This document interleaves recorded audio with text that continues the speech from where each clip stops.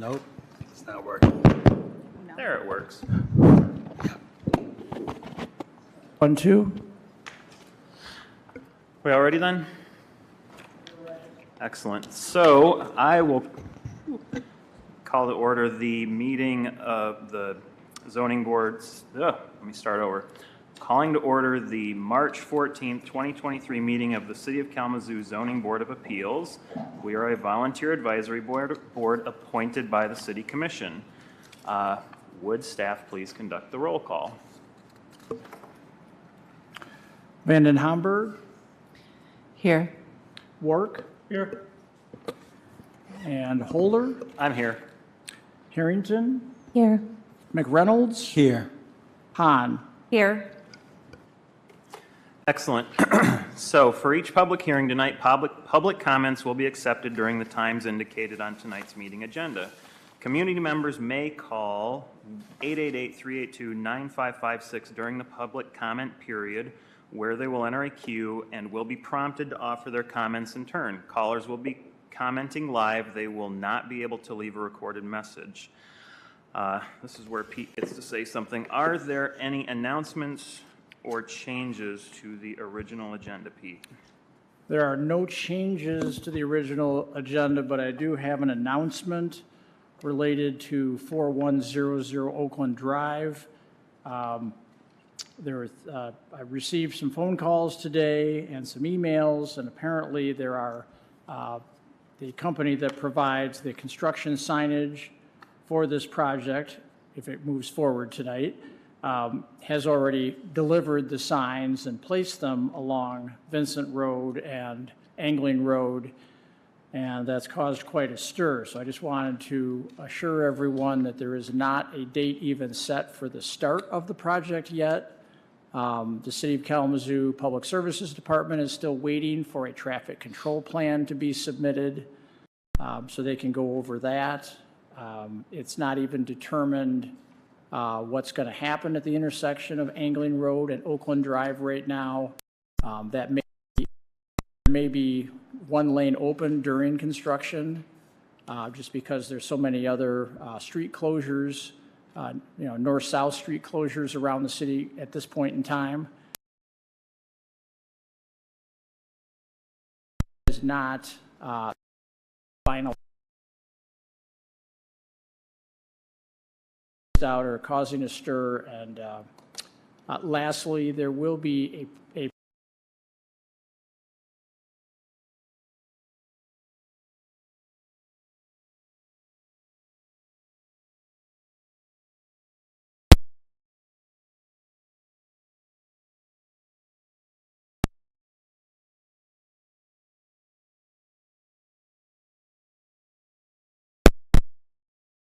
Through us?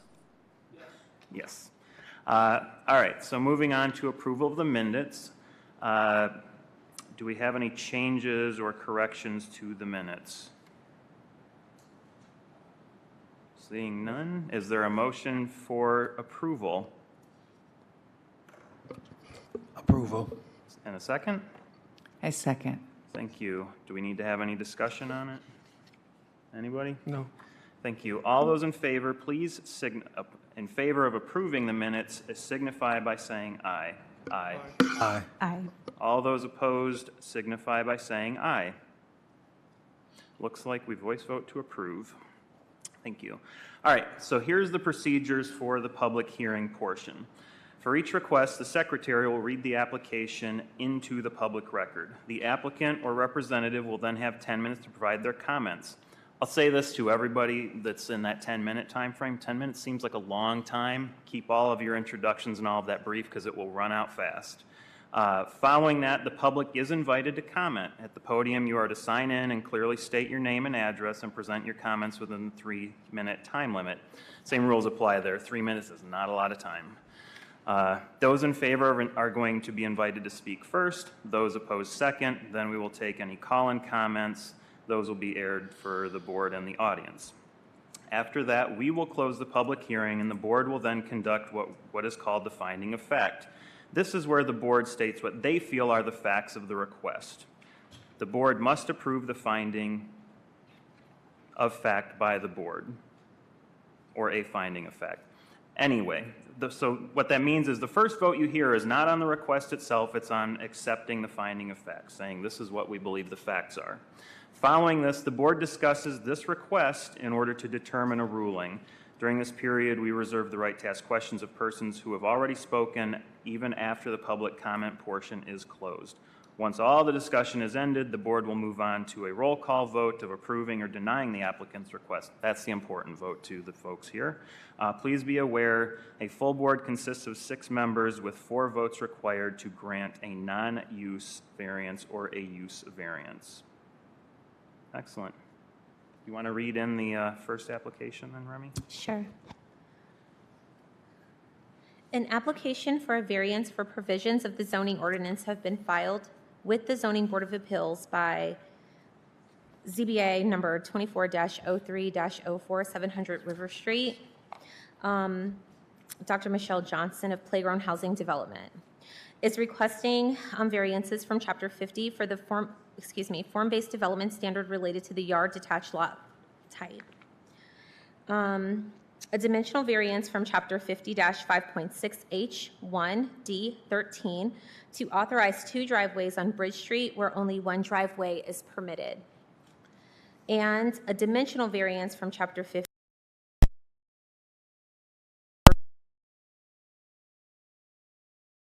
where only 1 driveway is permitted. Please note that this request will not change the zoning classification of the properties. Thank you. Will the applicant then step up to the podium and speak on the request? Or their representative, I suppose. Hi, I'm Mike Hoffman with Intersect Studio, the architecture design firm for the project. With me, we have Kennedy Williams and Mia Sanchez, who are with the development team. Dr. Michelle Johnson, unfortunately, had to be out of town for business, so I know she's really eager to get this variance and kind of move the next hurdle closer to realizing her vision for the project. Also with me is Tim Stewart from Hurley & Stewart, civil engineer. You'll actually hear a lot from him this evening, so I'm going to represent this project.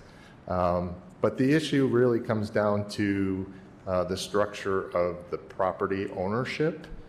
Playground, as a developer, is trying to make housing ownership accessible for people who have struggled with that in the community. And the way that this property is structured is it will be handled in a trust as a single property, and then the homes themselves will be eventually sold. So it's a little bit like a condo, but the properties are not subdivided like a condo would be. So that triggers the ordinance of having 1 driveway or curb cut kind of per street frontage per ownership of the land. So because it is a 1 entity, even though we have 10 housing units on that entity, the ordinance says only 1 driveway. So we have done our best. I think we've reduced even by 2 the number of curb cuts we had when we had preliminary site plan meeting with the city staff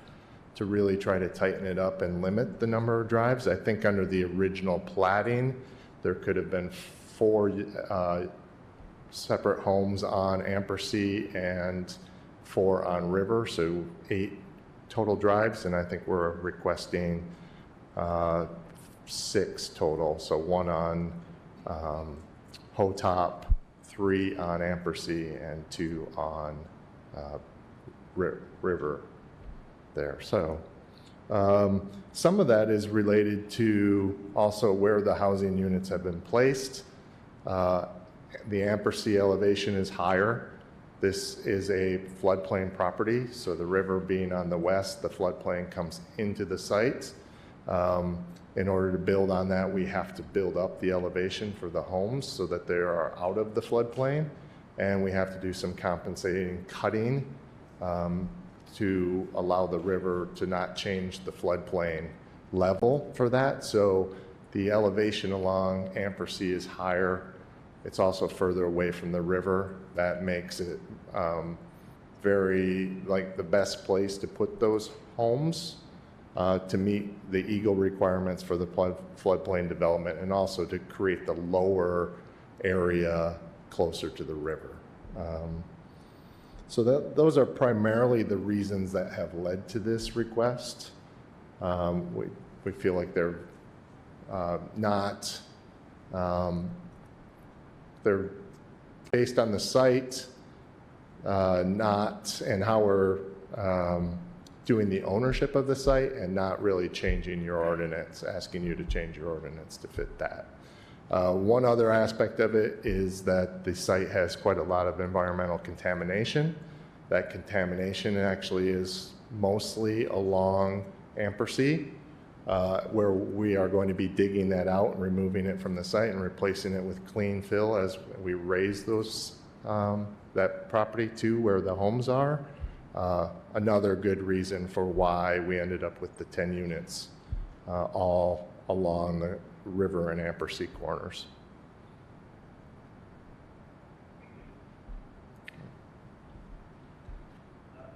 I'll turn this on. Thank you.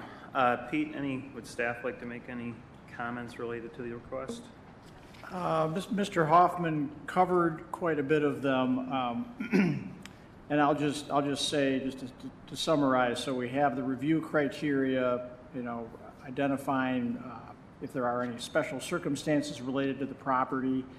And the focal point there was really the soil contamination of the 100-year floodplain. And as Mr. Hoffman pointed out, where they're putting the houses, they had to do some removal of soil and they will be doing removal of soil and adding soil to those areas. But the floodplain requirements and dealing with the contaminated soils, were the main reasons why the housing is concentrated along the north and east sides. In regards to the number of driveways allowed, so the way this section of the ordinance is written, if the property were to be subdivided, a driveway is permitted per lot. But in this case, because it's being held as one parcel with a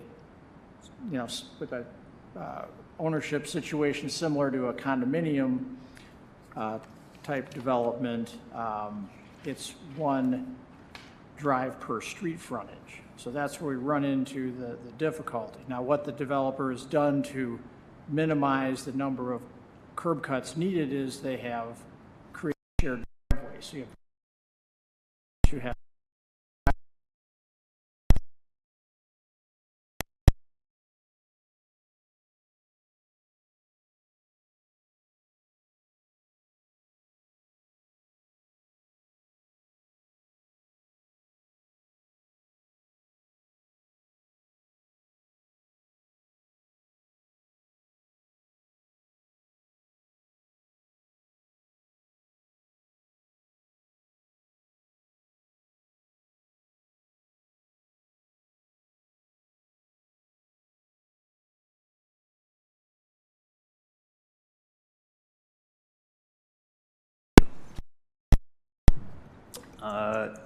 excuse me.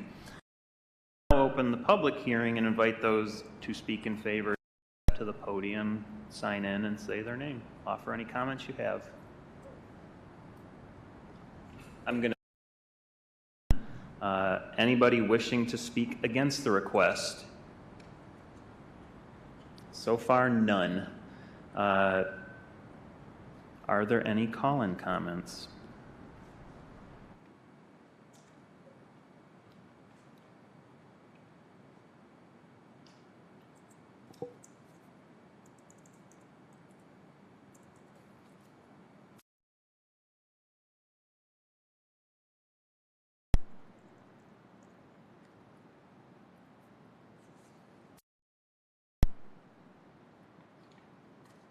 we have no call-in comments for this particular case.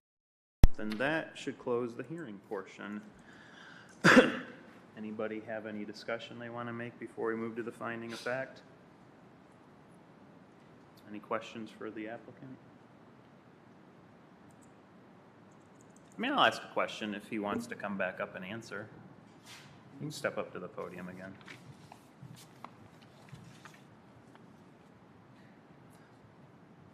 So my question, and this is just I'm never, not always curious, does know what's the thinking on how to know. To put a driveway that goes likely behind the homes Okay. and have a larger common drive and parking area. Okay. But it would eliminate a good chunk of that green space behind the homes. So doing it this way is lesser drives, more green space area. Yes, I guess if absolutely. there's lesser drives, you have three fewer areas of just blacktop covering grass or whatever. And it's also that the homes sit up higher because of the floodplain issue. So if we park behind, we also then have to worry about how we transverse up to get to the homes and keep that mobile for everyone. Okay. Excellent.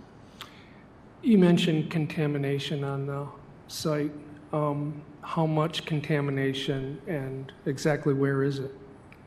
If I remember correctly from all the environmental details, it's mostly arsenic, which occurs pretty naturally in the soils, as I understand around here. It's in the clay about 2 feet deep. We're bringing in about 2 feet of fill to cover all that, but it's been Dr.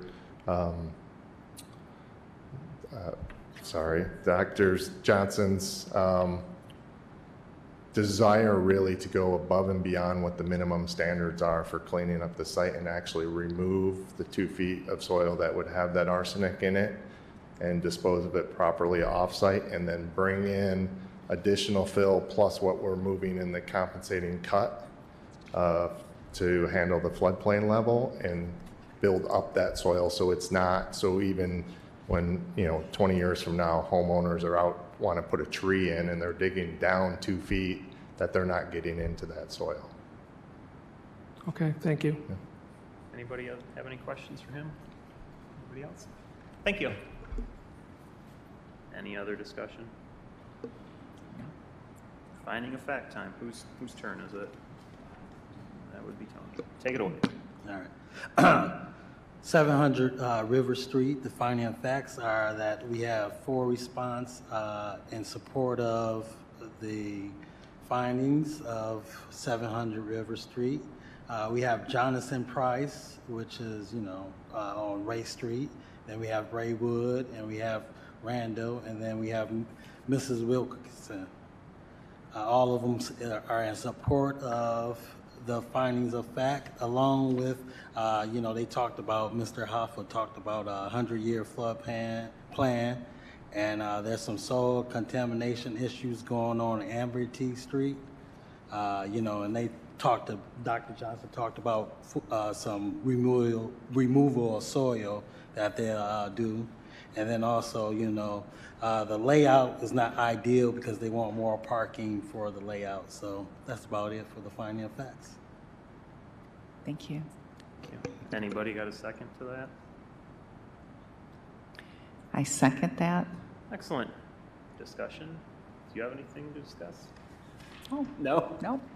I don't need any discussion on it. I'm going to vote in favor of it because it seems like a good use. I'm sure we're all familiar to some extent with this area, and that'll be a good use of that land. And it seems like the literal enforcement of the ordinance is probably unwarranted in this instance. Otherwise, the alternative is force them to subdivide it and put in more driveways than what they're currently willing to work with. So I would just vote in favor of it. I'll be voting in favor of it also. I like the fact that they are going to go above and beyond removing the contamination. And if we don't approve it, we're going to lose green space on the site by rerouting the drive. So I'm in favor. I'll also be in favor of this development, and I think that they've taken very careful and intentional consideration to develop this site and to be really good neighbors and stewards of this property. Just to, You need to take them one at a time. Correct. Did procedurally, for the finding of fact, did we do a voice vote on the finding of fact? Well, for the finding of fact, we have the Second. presenter, a second, and then we do a voice vote, and then, okay, thank you. So can we all just vote in favor? We're going to finding of fact. We want to vote on the finding of fact. All those in favor say aye. Aye. Aye. Any opposed? That is approved. Thank you. So we've already Thank you. had a discussion. We're good on that. Which means then we need to take these in turn, right? So then, so can I get a motion on approving the dimensional variance for chapter 50, et cetera, which is numbered 1 in our agenda packet? 1 sub 1 in our agenda packet. Anybody want to make that motion?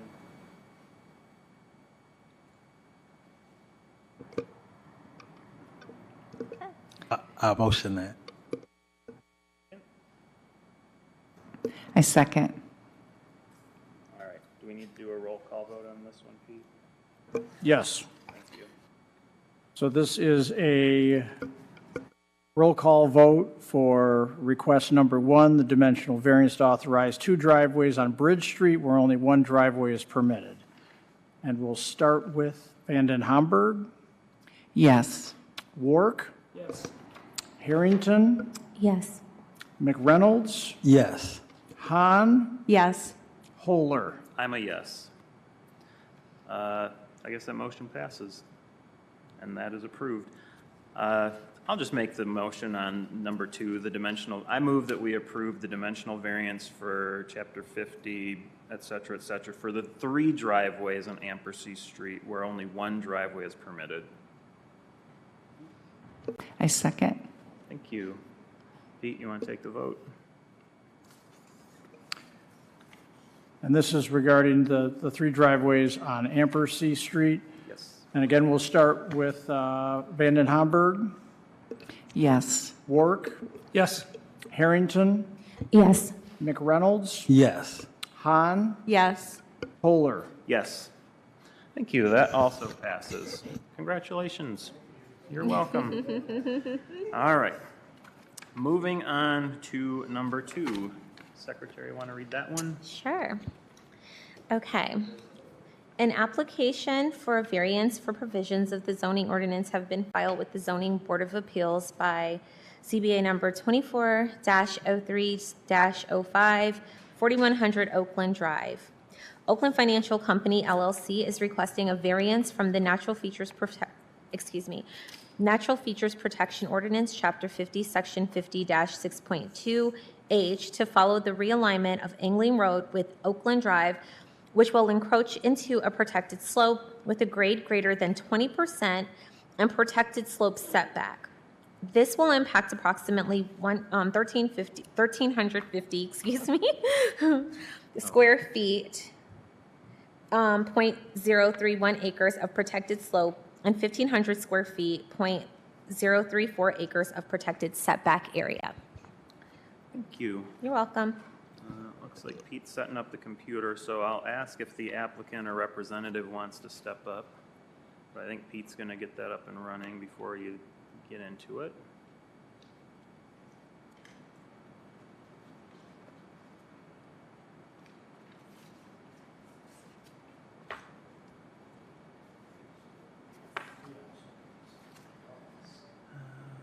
Okay. This one is with that. No. I don't know, they need to sign in, because I don't know who those people were that left. Like, they need to sign in.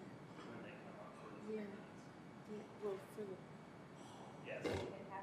Well, nobody's come up and spoken yet, so. the one guy did, he presented the case. Oh, Mr. Hoffa. Hoffa. Mr. Hoffa. I'm sure Recorder on somehow. So we also want to make sure the applicant signs in is what Shelby is telling me?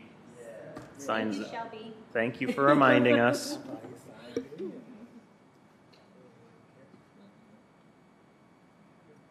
Yep, we have to remember to use our mics, they have to remember to sign in. Absolutely. I guess like the other thing, what was, since the other guy knew you, what was his name? He's from Intercity.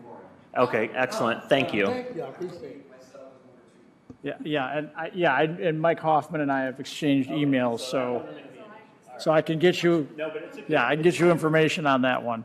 It's a good reminder. Yeah. Let me write that in my notes.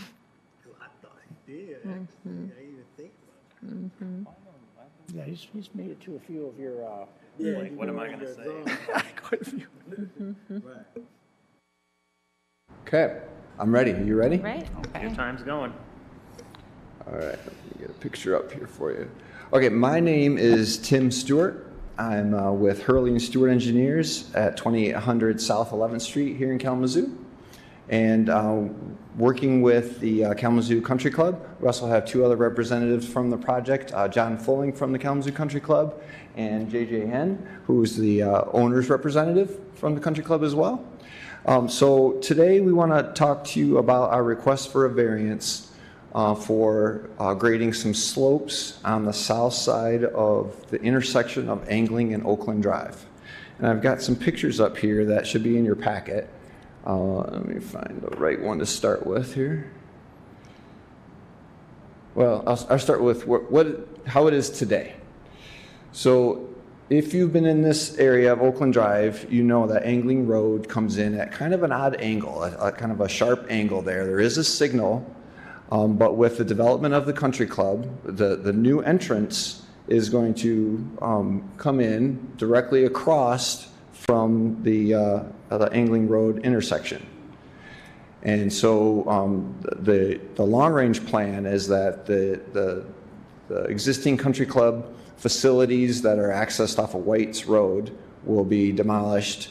The new Country Club, the clubhouse, there's a golf performance center, a tennis building, all the main activity, and there's a short course over on this parcel just on the east side of Oakland Drive. All of that activity and traffic will come out to Oakland Drive now. And so as part of this project, we have designed all of these improvements, gained site plan approval last year even, and then as you've probably seen if you've been through there, the Country Club buildings and site work are under construction now. So as part of the next phase, this year, we want to construct the improvements of the Oakland and Angling intersection. And in order to bring this new driveway up to Oakland Drive, we're constructing a new signal. And then from a safety standpoint, what's important is to realign Angling Road so that it really curves, like you see in many intersections around our area, it curves and comes in at a 90-degree angle. That's a much safer configuration from a traffic standpoint. As you can imagine, visibility as you're rounding the corners is greatly improved. So as part of that, the Country Club has negotiated with the Oakland Bible Church on the south side and purchased a small sliver of right-of-way in order to make this reconfiguration. And we have drawings that, here I'll go back here on your screen. You can see this drawing represents how Angling Road comes into Oakland Drive right now from the west. All of this red hatching represents what will be removed. And then it will be realigned like this. And there'll be a short boulevard section there. We'll have turn lanes in each direction, or people can go straight across to the Country Club. Like I said, there'll be a new traffic signal that will be constructed as well. This is a grading plan, so there is quite a bit of grade change from south to north through this intersection and also towards the west. So we'll be doing some grading, and I'm going to go back. So the purpose of our request is this first page here. So this page shows the the work that will be required, this purple hatch that you see are the slopes that are greater than 20%. So to complete this work, there's a little bit of grading that we'll need to do along this stretch, and will impact two small areas that are protected by the Natural Features Protection Zoning Overlay. And those are really right at the right on the corner there, closest to Oakland Drive and just immediately south of Angling. There's a small section where you can see our blue hatch gets into this purple hatch. And then there's another little section there on the very west edge. And in total, it's like 0.05 acres of slopes that we're impacting. And then as also part of your ordinance, there's about 0.3 or 0.03 acres of slope setbacks. Now, we've taken this request to the Natural Features Protection Board already, and they approved it unanimously. We did also take this in front of the city's tree committee, because there are 8 trees within the right-of-way, and they approved those, that removal as well. And like I said, we have site plan approval from city staff. So today we just request that you approve our variance request to allow us to complete this work, and it should be moving forward later this year. Available for any questions you may have. I have a question. Yes, because I'm responsible for doing the finding of fact, and I did not want to cut into your time. You're Mr. Tim Stewart from Hurling Stewart Engineers? Correct. All right, and then you had 2 people with you? Yes. Okay. John Fulling. Fulling? Correct. Okay. And J.J. Henn, Henn. Okay. Excellent. Those are good questions. Thank you. We may have questions for you later, Yeah. more than just names. Right. Sounds good. Thank you. Pete, staff got any comments on this request? Sure, staff's got a few comments to make.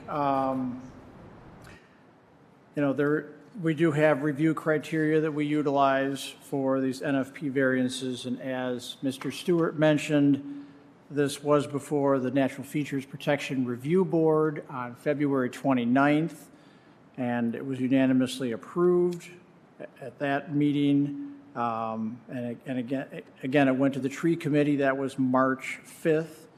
So there's been questions asked about, is there going to be any replanting going on along the south side of Angling Road? The answer is yes. That was the reason for the meeting with the tree committee. So there will be, significant replanting going on there.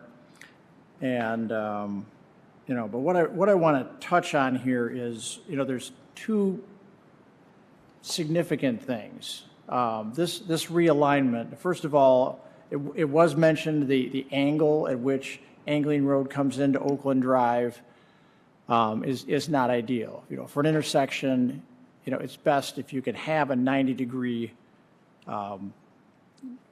termination or connection point of one street into another.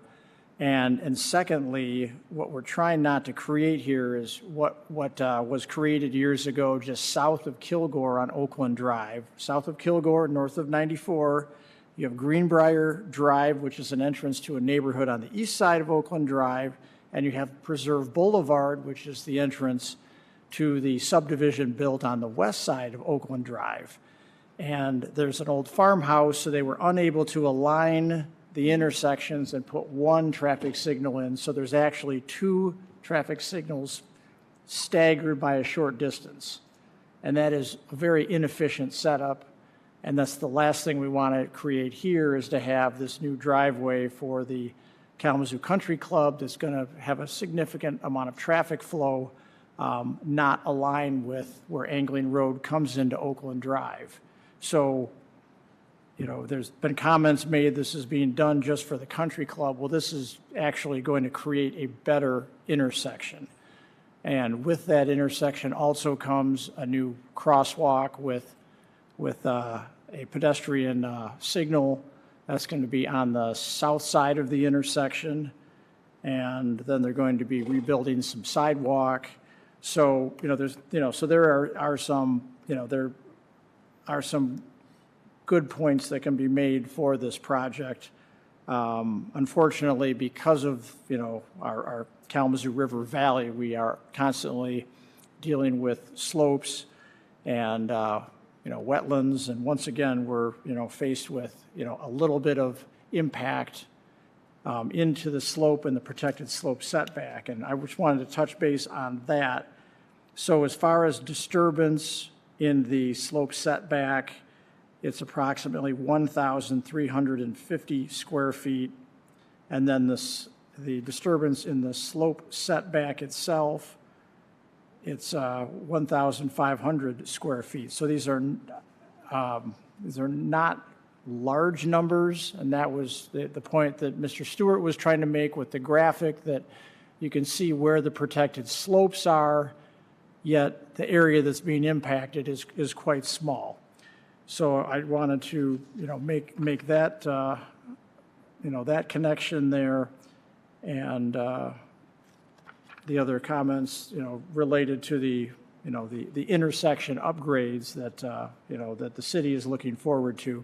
And then, of course, my comments earlier, in case anyone missed it, there is construction signage that has been delivered prematurely along Vincent and Angling Road, and that's unfortunately, caused a misunderstanding. The project has not been approved. It has to go through, this board tonight, and if it gets approval here, then it goes back to Public Services for them to work out the final details and get the traffic control plan from the developer. And then there'll be a press release coming forth. So more information will be coming out on this project, but just because those signs are out there, I know it's misleading, but there is not even a start date for this project yet, so.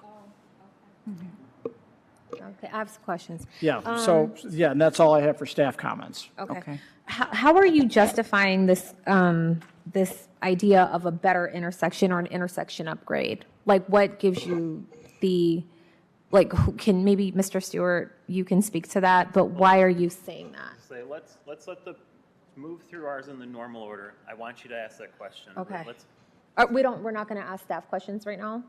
we can ask them what you want to ask them. I just was asking Pete Yeah, that. I have some questions for Pete. Okay. For Pete. That Well, was for I guess Pete. I mean, it's either ask them now, ask them later. Yeah, I mean, I'll answer that with saying that this, that the city traffic engineer was the lead on redesigning this intersection. The city traffic engineer Yes. was the lead design on. Yeah, was the lead on putting together this redesign. So, this isn't necessarily coming from the developer that this is how the intersection needs to be. It's coming from the Public Services Department. Okay. And that 90-degree intersection creates much better lines of sight. To answer your question on why is this better? Yeah, I just want to be Yeah. clear about it. So this project hasn't been approved, obviously, because they're before us now, right? But you guys did the study on behalf of the project, or how did they arrive at this? The city traffic engineer, how did they arrive at, understanding this to be a better an intersection upgrade? When was the traffic study conducted and why? Was it on behalf of this project? I don't know anything about a traffic study. Maybe Mr. Stewart does. What I'm saying is that the developer, basically put together this plan and said, here's where the new driveway is going to come out Okay. for the Kalamazoo Country Club. And that's when the city got involved and said, if that's where it's going to come out, we need to sit down and work through this because we want one comprehensive intersection there with one traffic signal. So I don't. That's the city traffic engineer that got involved. Yeah, Okay. yeah, from the Public Services Department. So if you want to check with the applicant on any other details, I was not privy to any of those meetings. But like I said, that the plan was, was crafted, by Public Services, after the country club came forward with their overall concept for, where the new driveway was going to come out.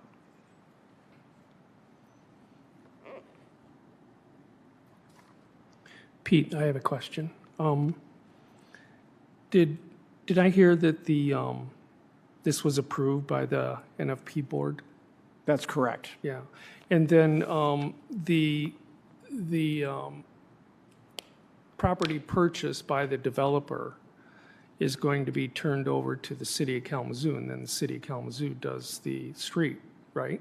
Because Yes. it's a small sliver. Well, there's an easement agreement between the developer, you correct me if I'm wrong, developer, the property owner, which is the church that's located there, and the city of Kalamazoo. Right. So, to complete the work, and yes, at the end of the day, that additional strip of property that the developer has purchased from the church will become part of the city right-of-way. Right. Okay. Thank you. That's you had a Yeah, I do. All right. Again, because I'm doing the finding of fact and I'm furiously taking notes. I understand that the city traffic engineer conducted a study, but did you say at the beginning that we're waiting for a study from the state? No, wait. and I don't have any knowledge of any study done. I was saying that where that intersection plan that you saw tonight came from was the developer meeting with public services and public services crafting, this new intersection. Okay. And I think Mr. Stewart's got some additional comments to clarify. I can add to that if you want, if you'd like. You still had time remaining before. A traffic study was completed on behalf of the country club to analyze the new drive connection to Oakland Drive. That was submitted to the city and reviewed by the city's traffic engineer. And in that evaluation, we looked at, can Oakland Drive handle this traffic? Is it sufficient? Are there any other upgrades that are needed? If this connection is going to be made to Oakland Drive, where should it go? The existing Lakeside Drive is all the way at the very north line. We looked at, could we use the existing drive connection and not make any alterations at all? And as Pete said, there's just too much traffic. You would want to have a signal there for the activity coming in and going from the country club. So yes, that's all been done following standard appropriate engineering review and judgment and calculations and projections, and there's a lot of work that went into that. So we feel very confident that this connection at this location and the improvements that the city requested through the site plan approval process are definitely appropriate. Okay. I have a question. Okay. This is something that's really important to me, and I feel it's important to our constituents. I would like to have something in the minutes or something specific about, there's those 8 trees that are going to be removed, and the Natural Features Protection has approved it. The city's tree committee has approved it. And it says that, it's going to be replaced, use of wild type native plants or desired trees. And I would like to have it specifically written that they are hardwood deciduous trees. So that would be things like the maple, the crimson maple, the oak, not the sawgrass and the birch and those Absolutely. Chinese elm. Can I clarify Please something do. there too? Yes. Because Pete mentioned that, and I think you said that the trees were going to be replaced on the south side of Angling, and that's not true. Not that, Yeah. no fault of your own, you weren't there. Yep. But there's not room with the road changing. The tree committee asked that we replace the 8 trees, 2 of which are dead, with 16 trees in a different location. And Okay. what we talked about is that since the property has a lot of frontage along the east side of Oakland Drive, there's many opportunities to plant these 16 trees there. In fact, as part of our previous approvals for the country club, this board approved a variance on previous natural features, and we were under the obligation to plant 4.5 acres of new trees on the short course and 2.5 acres of native grasses. And so all of those trees are off of the city's approved list, definitely hardwoods. It's actually a woodland that we're going to be creating. So there's going to be a lot more trees out there. And again, the city already approved that, and this board requested or required those as part of our previous variances. Yes, they did. Thank you for clarifying that. And I did go back and print out those minutes and look back to see with the acreage and everything that you guys have got going. So thank you. So 16 trees is not a problem. There's going to be many trees out there. Okay. All right. Thank you. I mean, maybe it should be, during discussion, but do you want me to go now or just? You can ask him now. Well. I mean, if we're not gonna, I just don't want him like jumping up and down. Yeah. So he's. With all get it out of your system. Yeah, I just want to be really clear. My question, this is with all due respect. Like I said, I wasn't mad about the point. I feel like I'm not clear on the benefit for the community in its totality. And I'm not I'm a layman, Sure. So I need to be really clear on how this is going to be beneficial to the community in its totality. The country club is, it very much so feels like Kalamazoo A and Kalamazoo B. I don't have any touch points with the country club. Nobody told me I couldn't go there, but there's nothing specifically that benefits me from the country club whatsoever. And so what does affect me, though, is when we don't consider how development impacts climate change in some of the most vulnerable areas of our community, which does impact me. And I want to understand if we're going to be addressing the issue of natural features protection, if the country club doesn't necessarily benefit me in any kind of way, I don't want the country club to harm me. And I live in one of the most vulnerable neighborhoods in our community. And I want to understand, and I love people in some of the most vulnerable neighborhoods in our community, right? I want to understand how this is going to be beneficial for the community in its totality. Because I do drive on Oakland Drive, but I want to understand, and Angling Road, so I want to understand how this is going to benefit the community in its totality. Sure, I'll try to answer that. Okay. And feel free to direct me if I'm not going down the right path. First off, this isn't about the country club, in my opinion. This is about the use of that property and access to Oakland Drive. And so there are proper ways to design access. And so that's the reason for this is to properly design this, make this a safe intersection. We've all gone through intersections where the roads don't line up square, and you have to try to crane your neck to turn around for visibility. The more you have to do that, the less safe it is. And in addition, there's some grade change from south to north through this intersection. So as you're traveling north on Oakland Drive and you're coming up to that light, there's a big dip just to the south of that. So it's great that there's a signal there already, but angling comes in at an odd angle. I wouldn't be surprised if there's already accidents occurring there. Okay. The country club is going to put more traffic into that intersection, paying for a new traffic signal, but they're doing it the right way with the city's endorsement of realigning the other side. So ideally for them, this is costing probably several $100,000 to do this.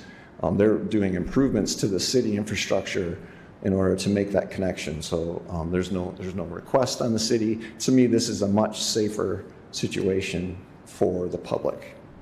So ultimately, if this was a no from us, the project's moving forward with the country club. This is just a nice addition, essentially. And if we don't approve it, the work is still going to happen at the country club. Yes, it is still going to happen. And ultimately, then it will make this stretch of road more dangerous instead of safer.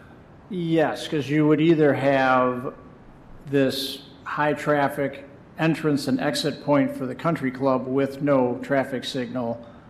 On like a one-lane each-way road that's already, Because like it's it's all- super Yeah. backed up. Yeah, so, that would, so that goes to the quality of life thing, like, what would you expect to see on Oakland Drive if this is not passed?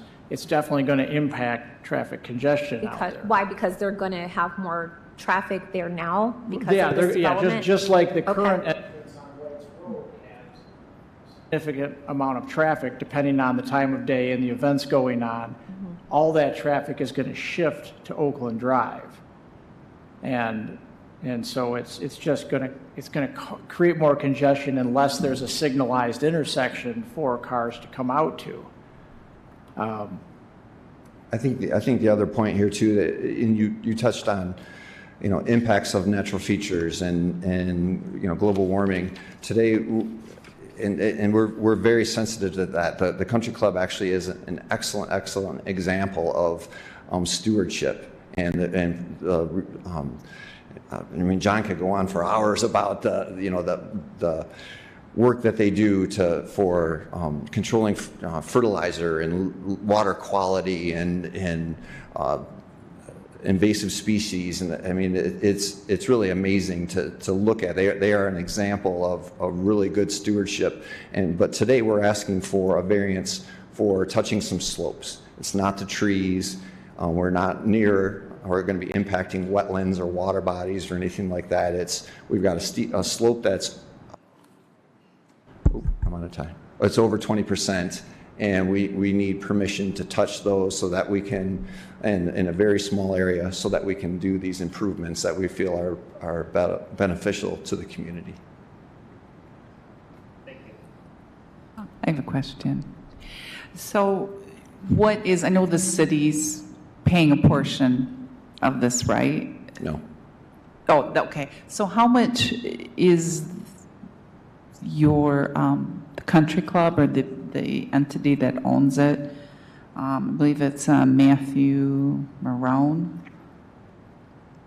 right? He's the sole owner and investor for Oakland Financial Company. Am I correct?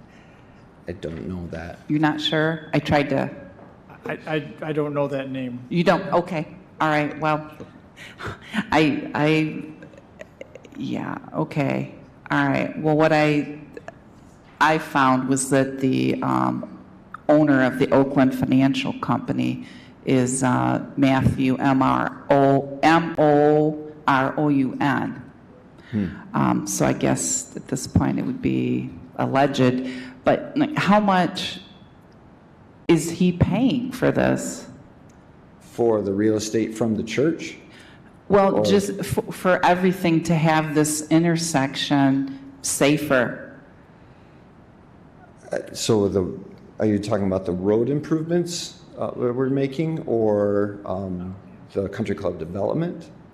No, I'm talking about this parcel here, this 4100 Oakland Drive, all the improvements and everything that you're doing with that. Yeah, I am. Is there a budget? I don't feel this is germane to the variance at hand, so if the applicant would like to answer it, they can. If they would choose not to, that's understandable too. I don't know that, so I can't answer that.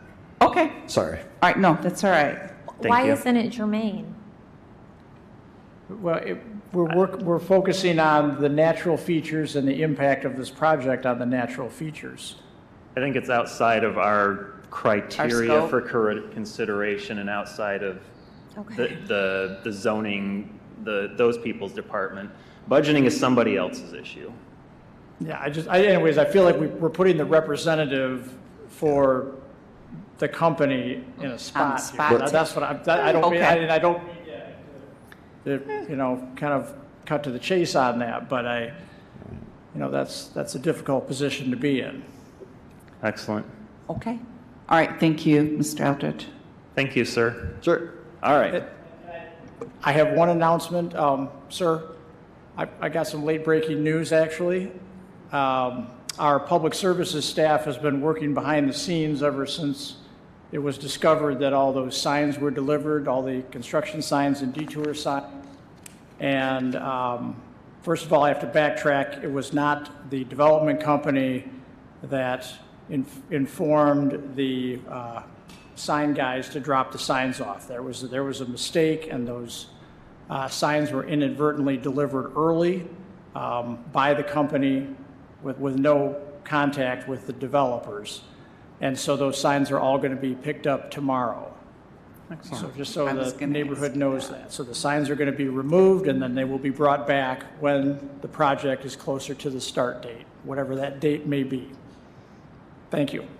Excellent. So we can move on to the public hearing portion and invite those to the podium who wish to speak in favor. If you wish to speak in favor, make sure you sign in. You'll have your 3 minutes. Anybody? I will now invite those who wish to speak against the request to do the same. You may step forward, sign in, and you'll have your 3 minutes to speak as well. And make sure you say your name out loud too, because Beth is writing this down. What's that?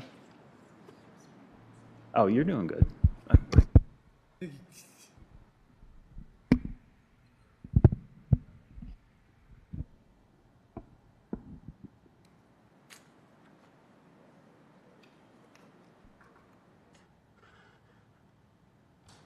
Sorry, I have a long address. My name is Sue Schultz. I live on Oakland Ridge Drive, 2148 Oakland Ridge Drive, so it's the first street that you turn up. So I am going to say one emotional thing for me, and that is I have such peace of mind when I turn that corner. I hate to lose all those trees. However, I'm sort of getting the idea about why they want it situated over a little farther. But the problem, I thought, was on Oakland Drive. What are they going to do so they can make a left on Oakland Drive? I mean, that's going straight up. Why don't they just go straight across Anglin? They're going to have the same problem. So I guess I just don't understand. I also live in a place that they were allowed to take away part of the ridge to make our condos, and we've already had to replace the retaining wall because it just keeps pushing. I want to know how they're going to protect that wall in that church parking lot, which is up considerably higher, how much the grading is going to be, and how much chances they're going to cause damage to that. That's part of my issue anyway. And the other thing was the traffic thing. I thank you, Mr. Eldridge, for taking care of that problem, or at least talking to us about it. And I just don't understand. I just thought they could go straight across, but I don't know how they were going to work a left-hand turn lane. So I'm assuming they're doing that, and that's why the road's up a little farther. But I'd like that clarified. Sure. That's it. Thanks. And I was going to ask you if you could clarify left-hand turn lane onto Oakland or off of Oakland? Off of Oakland to get into their, Okay. into the country club. ma'am. So That they've after- already ruined my trees. Thank you. After we get through all the negative, or these comments and any from the call-ins, we can have him step back up and address that. That is a good concern, though. Okay, thank you. It's Sue Schultz. Yes. Thank you. Anybody else? Excellent.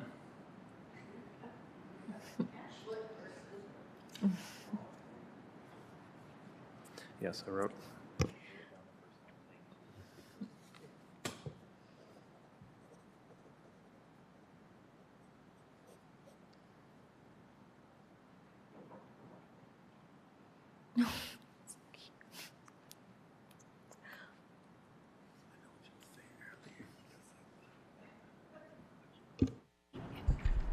Bettina Meyer, and I live at 2148 Oakland Ridge Drive.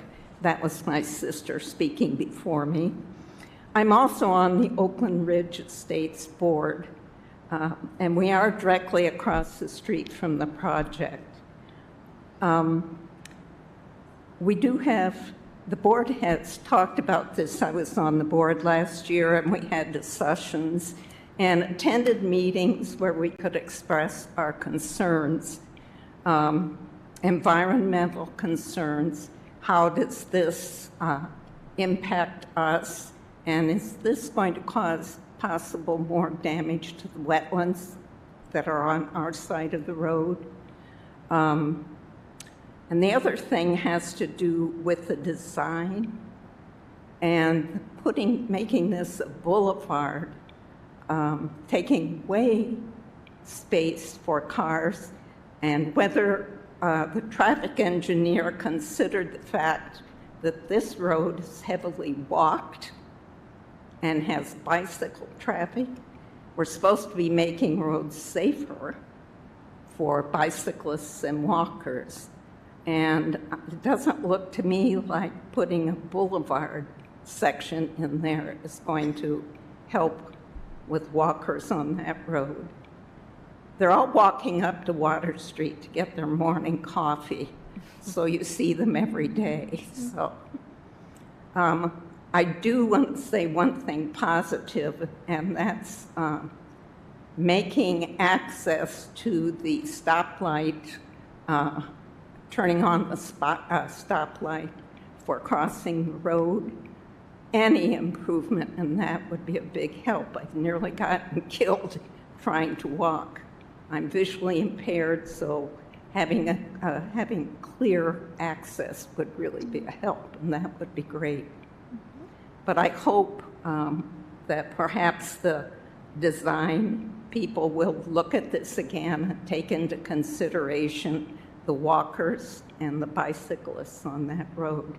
Right now we have about a foot for a bicyclist, and it's very dangerous for them. Coming from Oakland Drive onto Angling Road, it's ridiculous. So that's about all I have to say. The board has talked this over, expressed our concerns, and hopefully they'll be taken into consideration. Thank you. Thank you. All right, thank you. I believe she said her name was Bettina Meyer. Yes. Bettina Meyer. Thank you, Ms. Meyer. You're welcome. Nobody else? Mr. Eldridge, any call-ins?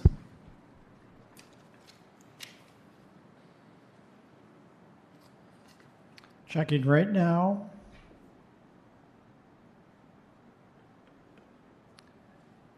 Does not appear we have any call-in comments for this case. Nope, no call-in comments tonight for this one. Excellent, thank you. I do want to pose her 3 concerns to you if you want to step back up. I know it feels like we're turning you into a yo-yo. I was going to ask him to come back up. So yes. I will address what I heard as their 3 questions ultimately. First is like the left-hand signals or left-hand lanes. Now, when I look at the site plan, I see left turn lanes in here. Is the road getting widened to accommodate those? Are they already there? They are already there. Okay. Yes, there would be left turn lanes in all 4 directions. Okay. And then there would still be straight pass-through lanes as well? Correct. Okay. Yes. The other issues she brought up, and they may be sort of tied in together. One was about bicycle and walking traffic. I wasn't sure if it was along Angling so much, but definitely I think along Oakland, but maybe you can speak to both of those.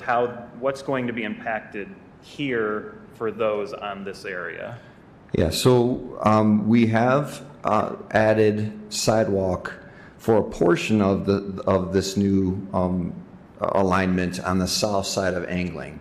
There are no bike lanes, and we have sidewalk and a new pedestrian crossing there at the south side of this if you think of it as a 4 direction intersection. And so we have sidewalk that comes down, I don't know, it's probably 75 feet or something like that. You can see it on our drawing C 2.01 that was part of the submittal. So we are picking up we do appreciate that there's pedestrian activity and bicyclists out there. And so we are picking up as much of that as we can along the south side. This alignment and the lane configuration was not our design. It was requested by the city public services. So all of those improvements, including the new pedestrian crossing, all came from the city. Although I do want to point out that we'll have new pedestrian signals. So I think that would really help. And those are both visual and audio. Okay. That will help crossings there a ton. Thank you. I think that addressed both of the other concern, or the other concern I heard about the signals. You had other questions? Yes. With regard to the turning left onto Oakland, and I get that, is there going to be a green arrow? That's a good question. I don't know the answer to that. I'd have to look at, we have a new signal design and the phasing of that. Yeah, I don't know. I can't answer that tonight. All right. Do you even control the signal design? Pardon me? The city. Is it like, do you control it, or is it the city that deals with the signal design? Well, we design it in accordance with city standards, and they review it, and then they tell us how they want to operate it. So if you don't have any left or right hand green arrows in there and they think you should have some, you'll put them in? Yep. Okay. Yep. Okay. Boulevards are beautiful.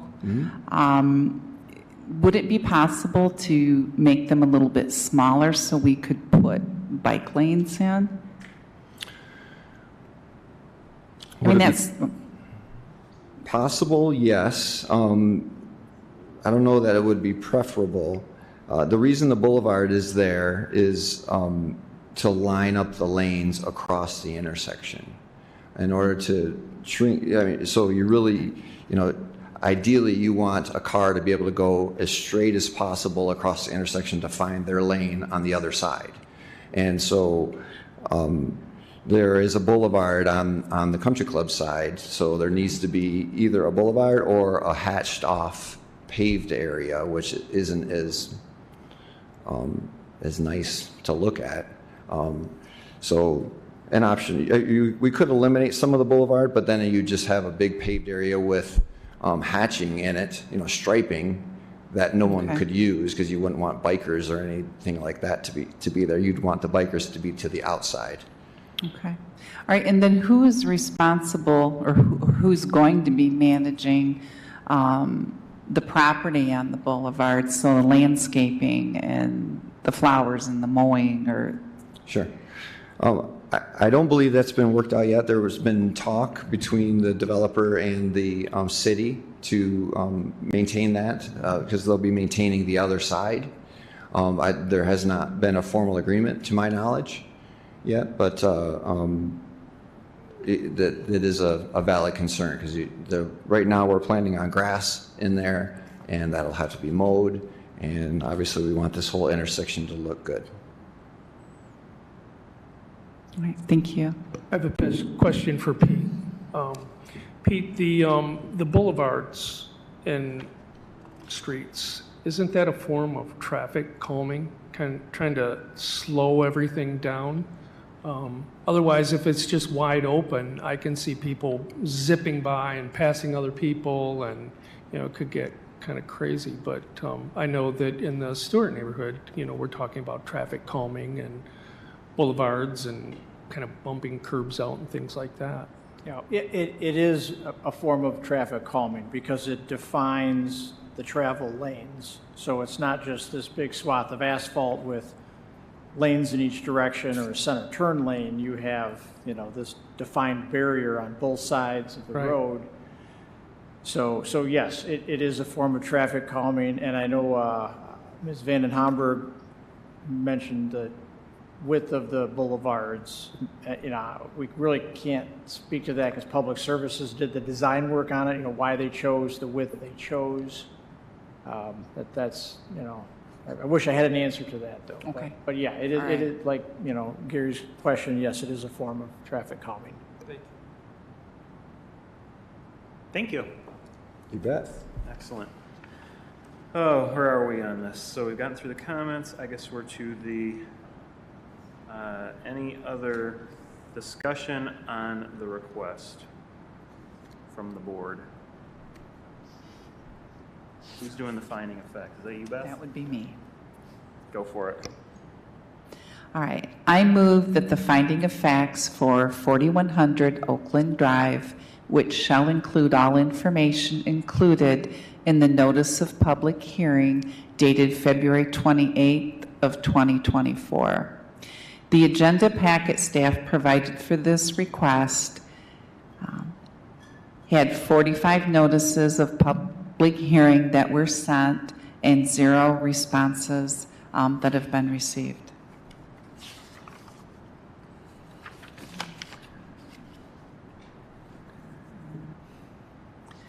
Mr. Eldridge clarified that there has been no start date for this project. The city is waiting for that to be determined, and then there will be a press release. The city understands that there's been some additional tension because people are seeing these signs and they're thinking it's starting. The signs were put up prematurely and they're going to be taken down tomorrow. Okay, Mr. Tim Stewart from Hurling Stewart Engineers presented today. In his company were Mr. John Fulling and Mr. J.J. Hahn.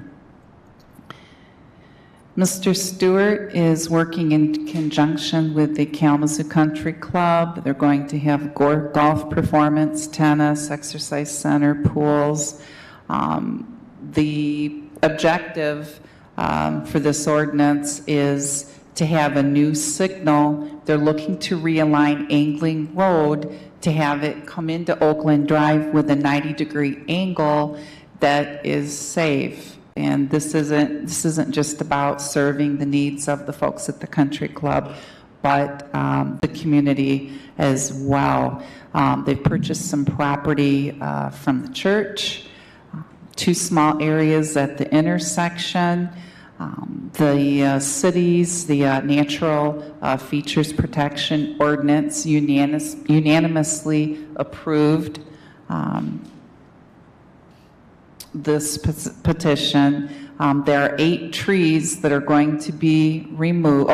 The Natural Features Protection Ordinance Committee unanimously approved it, as well as the City Tree Committee approved it. Those 8 trees are being removed.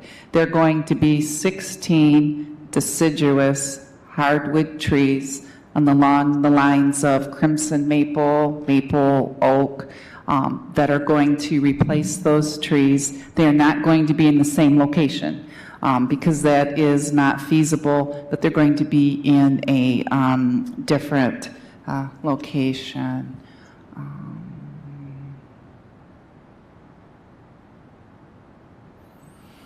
There was a traffic study conducted on behalf of the Kalamazoo Country Club, evaluating, can Oakland Drive handle the traffic? The city engineer came up with a study, recommended it, said Oakland Drive can handle it. There was some discussion about the natural features protection plan regarding this impacting our most vulnerable neighborhoods. That is a serious consideration here. It was clarified and stated on several different occasions and in different ways here that it does impact the whole community for the better, because this is about an intersection. This isn't about just serving the people that are coming down that boulevard and going into the country club. It's serving people in the Oakwood Drive neighborhood, everybody coming down from the DNW and the Water Street. There was some discussion, regarding making the boulevards smaller possibly to allow for bicycle lanes, and maybe a little bit more walking sidewalks. There's a potential, it was suggested that there's a foot, that it's kind of dangerous. There's not much room for bikes. There was also some discussion about who's going to be managing the boulevard, the landscaping, the mowing. You know, we don't want to have people coming down Angling Road and have grass this high, and then you cross Oakland Drive to the country club, and it's all beautiful with trees and flowers, so that is to be determined. An important consideration, there was discussion about having a green arrow, and that is significant because we need to have the people in those neighborhoods able to get out of their area and not, yeah. Okay, all right. There was no one that spoke in support, but we had 2 community members speak as opposed. We have Sue Schultz from 2148 Oakland Ridge expressed that, you know, it makes her feel bad to lose those trees. She feels safe at the intersection, as is concerns again about turning left onto Oakland Drive. How is she going to get out of her neighborhood?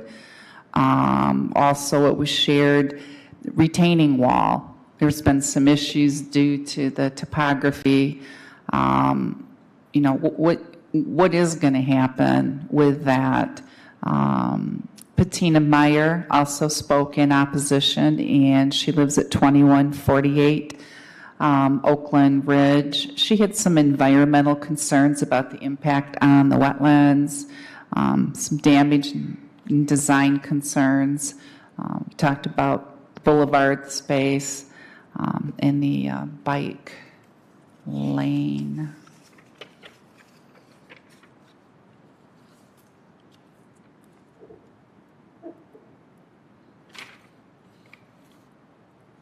Okay. That concludes my finding of fact. I'd like to approve the finding of fact with one exception.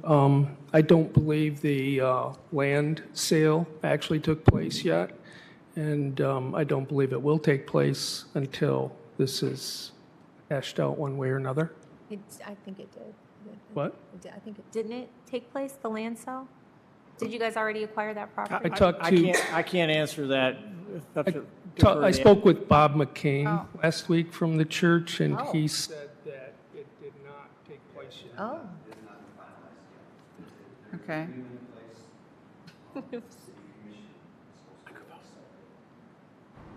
Want me to say that again? Yes, please do. Sorry. It has not been finalized yet. There's a purchase agreement in place between the church and the country club. The city commission, and this has been submitted to the city. City commission is supposed to take this up at their meeting on the 14th, 19th? Not today, it's the 14th. Next week. So if it's not approved, everything just stays as is. The property purchase has not been approved. The approvals that we have are for site plan. The intersection design has been approved. The property has not been finalized yet. Thank you. Thank you. Good catch, Gary. Mr. Chairman. Mr. Chairman. Yes. Since there is recommended a change to the finding of fact or a correction there, I would suggest a motion. And Well, I think on a second, just a voice vote to amend the finding of facts to make that correction. Well, if before he there's a vote. seconds it with the correction, I suppose it's Beth, or do you accept the second with that correction? Accepted. Thank you. Then we've had, I think we can save our discussion on the finding of facts or anything else for after we take a voice vote on that.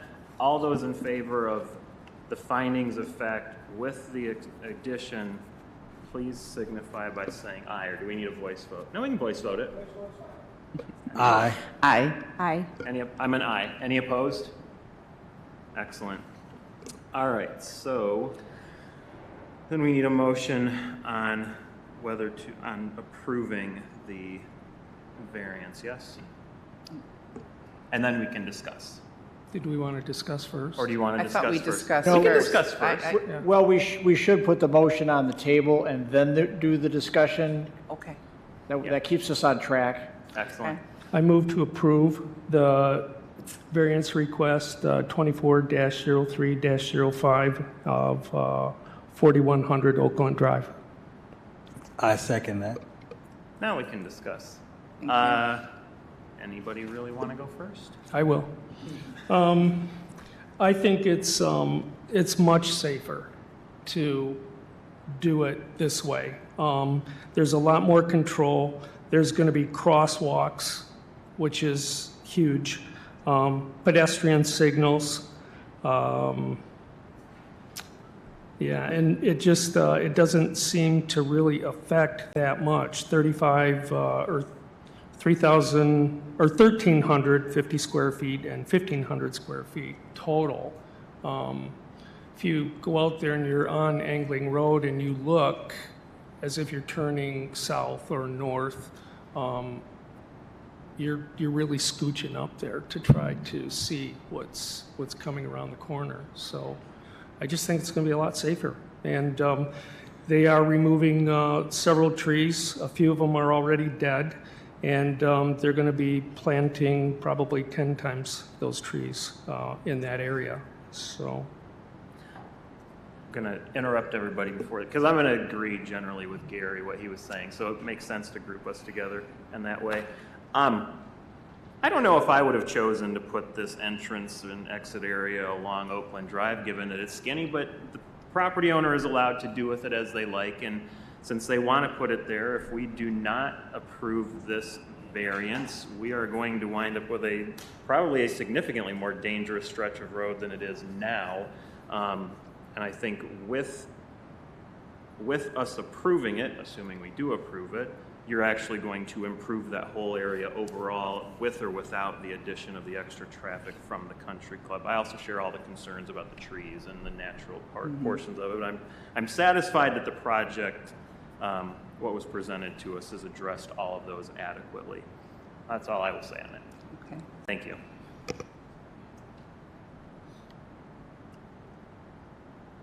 Well, I'm still a little bit undecided here. I think it's a great thing for the city and for the citizenry. It's going to be much safer at that intersection. It's going to look nicer. The crosswalk and all the good things with the trees and everything you've got going there is great. I would be in support of this, provided there's that left turn lane. And I would encourage you folks to think about what it looks like when you're at the D&W. So you're coming from downtown, you're at the D&W. You turn right and you go down by where it used to be the Black Swan and it's Martel's. I think there's a boulevard, it's Greenbrier, something like that. Greenleaf, thank you, Greenleaf. Okay, and that's a beautiful area. We're really lucky to have that. However, on the left-hand side where I have family members live, that's a nice area. A lot of starter homes, a lot of smaller homes. But I can speak to the constituents there that when that came in, that light came in, they can't turn left out of that subdivision. All the people that live on Tamson and Darmo, back on the right-hand side of the street, they can't turn left. And so I can't support this without a left turn lane. And, if we're talking about all the improvements that the country club has done and all the good things they've done for our city and being good stewards, I think we need to have something about that boulevard. Can I can I ask Yes. you, where are you, I'm just confused, this is not like, where do you Sure. want it, lady? It's Sure. already there. Where Sure. are you talking about the left turn lane going? Are you talking here on this plan or somewhere else? Because this is what they proposed the intersection to be. Right, and I you've got was- left turn, left turn, left Right, turn, left but- turn. right. Are you meaning up here? No, that was a personal example of what it's like for our constituents that live in a neighborhood that say across the street. It seems like it's an inequity. So it feels like the folks that live on Tampson and Darmo and back in there with the smaller houses with one-car garages, they can't get out of their subdivision. There's no left turn. There's no arrow. And this little 2-lane Oakland Drive, when that country club opens and it's all expanded and beautiful and they start hosting all of those golf, which is great. But I think the folks that we need to have, I can't support this without a left turn. I agree with that, and I also think that my trepidation is about the cumulative effect of the development and how it continues to encroach upon the neighborhood. I believe that it's gorgeously and meticulously the stewardship on that property is gorgeous. It's maintained, like I said, meticulously, and we don't develop in silos. Like we're interconnected. And so the cumulative effect of this development, it might be 8 trees right now, but we're not even taking into consideration the comprehensive impact of the neighbors. And again, I just think that it continues to be a cumulative effect on our city in a way that we have not, which was what some of my concerns were the last time. But to stay specific to this particular case, I think that I want to hear a little bit more about are you saying traffic combing or traffic calming? Calming? Calming. Calming. Like calm down. Calm down. Yeah. Slowing it down. Yes. Traffic calming. Okay. Can we talk about that in this discussion? Like, what does that, like, how did they do that? What does that mean? And also, I don't think y'all should have a bike lane either. Like, that would we're perfunctorily putting these bike lanes in to say we got bike lanes, and it's a catastrophe. The line, it's already too skinny right there. I don't think that they should do a bike lane. I don't think we should do that. Like, you don't have to have a bike lane there. Yeah, if they want to add a bike lane, the city will Please add a don't. bike lane. I don't I don't like think it. that needs us to weigh in on it. Necessary. I think the point of the boulevard, aside from realignment as a Okay. calming thing, is it's cutting down on the cars that can go zipping at a weird angle through there. Like, if you come down Lover's Lane from Kilgore and you make that connection onto Portage Road right there by the vape shop or whatever it is, like, that's a good example where people will take that left so sharp they cut across the first 2 lanes that are going up Portage. But if you had like a boulevard there, or even a cone that was like affixed to the ground, you've got to slow down to go around it.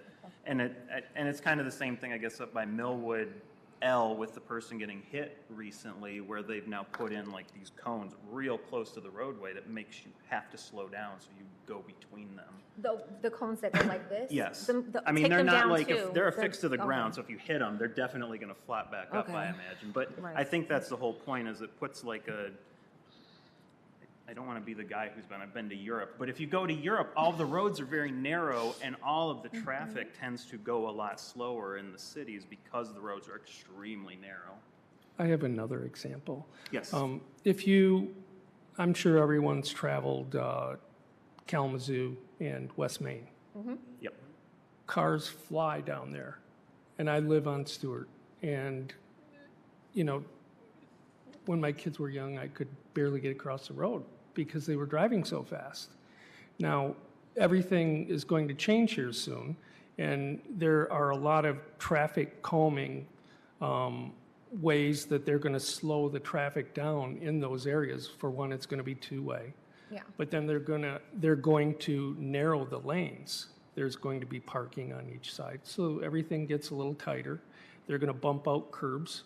You know, if we had room for a boulevard, they would probably do a boulevard like they have on Oakland Avenue there. Well, and down West Main where, is it Douglas? Yeah. Switches there, Yes. where they've extended that curb Right. way down, Yeah. where it used to, you just go straight Yeah, across there. I know. So it, I mean, that sort of thing, I think is. Right, yeah, so there's, and on Stewart and West Main, cars actually, you know, they're trying to pass there, and they'll actually hit the curb and go up into Maria's on, I guess it's the, would be the southeast quadrant of that T there, and I don't know how many times they've almost hit her home. And it's just because people are, you know, trying to get someplace fast and they're not slowing down. And I think the traffic calming ways, you know, the city has really looked at that. They've looked at boulevards, they looked at narrowing everything, they've looked at roundabouts. So those are all ways to slow everything down. Okay. I thought Maria's was gonna be a restaurant, and it was like Well, an actual somebody's house. Mr. I'm like, I don't know a Maria's business She over has there. a What's he bakery. talking about? She has a bakery. I'm not visualizing it. Okay, Thank you, Gary. Mr. Chair, You're good. can I just chime in for a minute? So if some very valid points are being made, Ms. Harrington mentioned the cumulative effect. Yes, this is a very large project. So not only does it impact the private property and the redevelopment that with the new country club facilities, but we have, you know, the impact of the traffic flow from this new facility on Oakland Drive that is part of the request tonight. But this is a natural features protection variance related to just the 4100 Oakland Drive property. So we're talking, you know, our scope is this property, and is this impact in this limited protected slope area and protected slope setback, is it appropriate?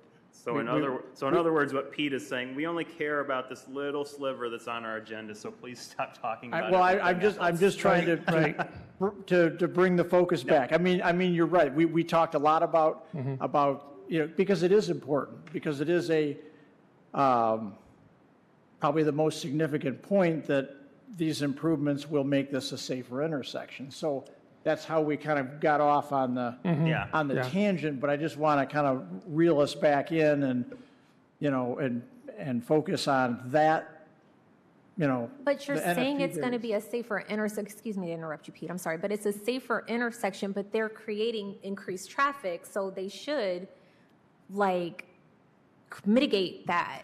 Is that right? Like, is it safer? Is it safer without the development? I see what you're saying, but Yeah. Yeah. taking this traffic off of White's Road and they're moving it to Oakland Yes. Drive. So I mean, it's either going to, it's going to come out one place or the other. And in this case, when the new facility is built and the old facility goes away, the traffic flow is going to move to Oakland Drive. So it's, you know, the same traffic flow that Correct. the White's Road entrance now. Yeah. Like, we can't stop it from happening by not approving. Yep. It's gonna happen. Yep, and It's just, You do did we- an excellent do job, we Mr. wanna- Stewart. Do we wanna let the natural feature be impacted to improve the safety of the rest of it? Correct, and we also need to not hold the developer No, you are accountable for the design. I know what you're saying about maybe they could look at this differently, but they is not the developer, it's Public Services, you know, that designed the intersection and told them this is what we want. So I can take your comments back to the Public Services Department, but but to not be supportive of the variance because the intersection design doesn't have a specific element, you know, I'm struggling with that. Because the focus is really the impact of this project on the, you know, the protected slope. And maybe it actually does have an arrow there, and we just don't know about it because we don't know all the specifics. Well, and that's a valid point. I mean, we're talking about information we Right. don't have. Right. The turn signal, and that would be part of the turn signal, is a traffic control device. So the determination of what that includes and what it should include for a safety standpoint is under the jurisdiction. That is not a zoning issue. Okay. So that is not in front of us.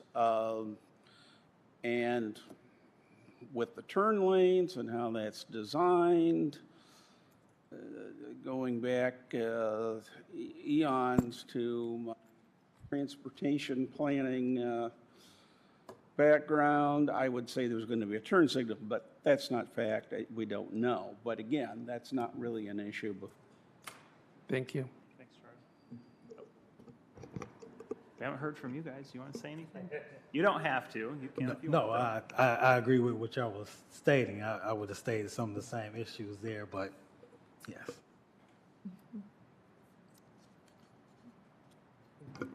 I also appreciate the discussion. I don't have anything to add right now. Thank you. Anybody else? No last words? Then it'll be last words to me. I suppose we should move on to the vote then. Good discussion, everybody. Mr. Eldridge, do you want to take the vote? We'll start with Mr. Wark, Yes. Holder, I am yes. Harrington. Can I, She'll pass for now. yeah, I'll pass. Thank you. McReynolds, Yes. Hahn, Yes. Vanden Hamburg, I mean, before they vote, we only need 4 to pass, right? we have 4. So it's going to pass. You can vote your no's if you're really struggling on it, and it will pass. Like you said. Or Pete, you can, I suppose they can abstain. I mean, we got the 4 votes. You know, for the record, I'm going to vote no.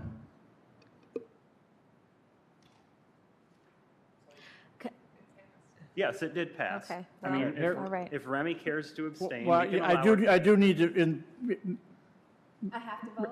you do need to vote. For or against or You need to have an abstain. abstain, yeah. If you want to abstain, you can abstain. What you got to say?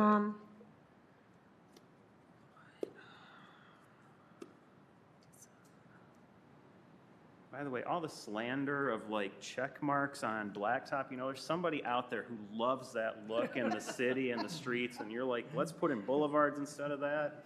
Come on. I'll make more bad jokes, Remy. No, I'm going to vote no. Thank you. Thank you. You said you voted no? Yeah. So the motion, or we approve it 4-2 is the end result there. Shelby will make it sound good in the minutes, right? It's like, no. That was all of it for, no, we have one more to go. Would the secretary like to read the 3rd application into the record, please? Yes, I would.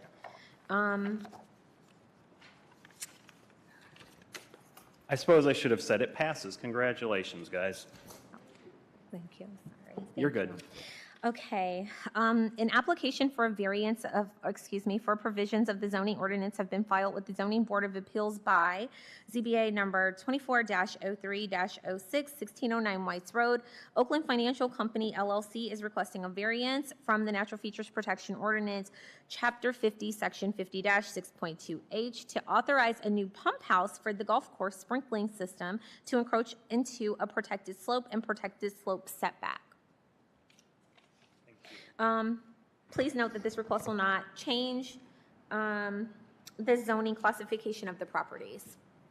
Thank you. And it looks like Pete's getting the representative set up.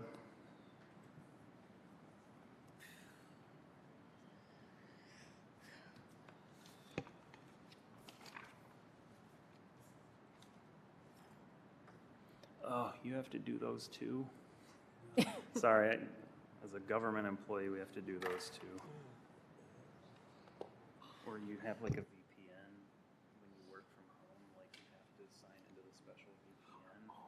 And then there's like 2-factor authentication for everything now. It's getting even worse. Like now every time you want to unlock your computer from the lock screen, you have to like get a push to your phone. Why? Like if you, For safety? yeah. If you at work. I work with like child support information, so there's like federal tax information that has to be protected. So literally every time you walk away from your computer, You have to put it back lock your in. computer, Yeah. and when you come back, you gotta enter your password and then get your push. It's real annoying. Real annoying. Yes. Goodness. This is stressful. You wouldn't have those feelings in those if somebody wasn't giving that away. Mm-hmm.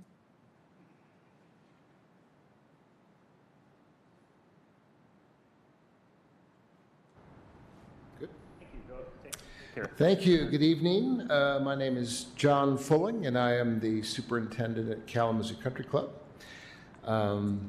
Tonight, this issue, we're requesting a variance to install a new pump station for irrigation that will service eventually both sides of the property. And so it does affect a slope.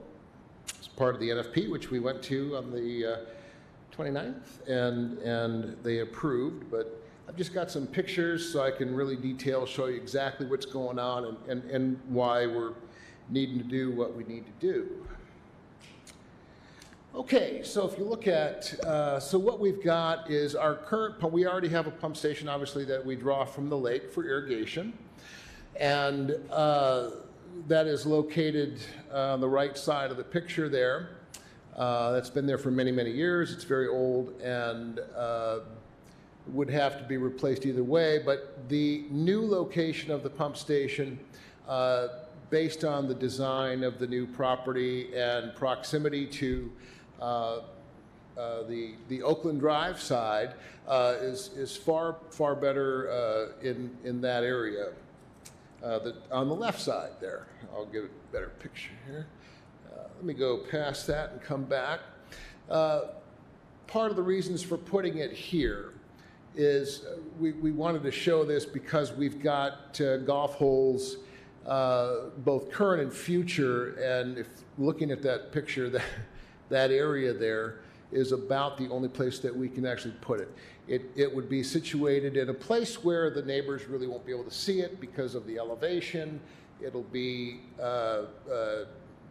built into the slope of the hill. There won't be any noise, and the water line will be underground into the lake. But from there, we're able to actually service it with the new irrigation both sides of the project in the future. Eventually, then the first pump station goes away. So we'll still only have one water draw from the lake. Already been working with the state on that as well. So when we went to the NFP, the reason for this request for variance is this area being close to the lake. There's some slope, and obviously there are trees. So we went to NFP with a few different options, and we said we can put it down closer to the water, away from the slope and away from the slope setback, or we can go into the slope, which is man-made, only affecting between 500 and 600 square feet is all this thing is. So it's a little building.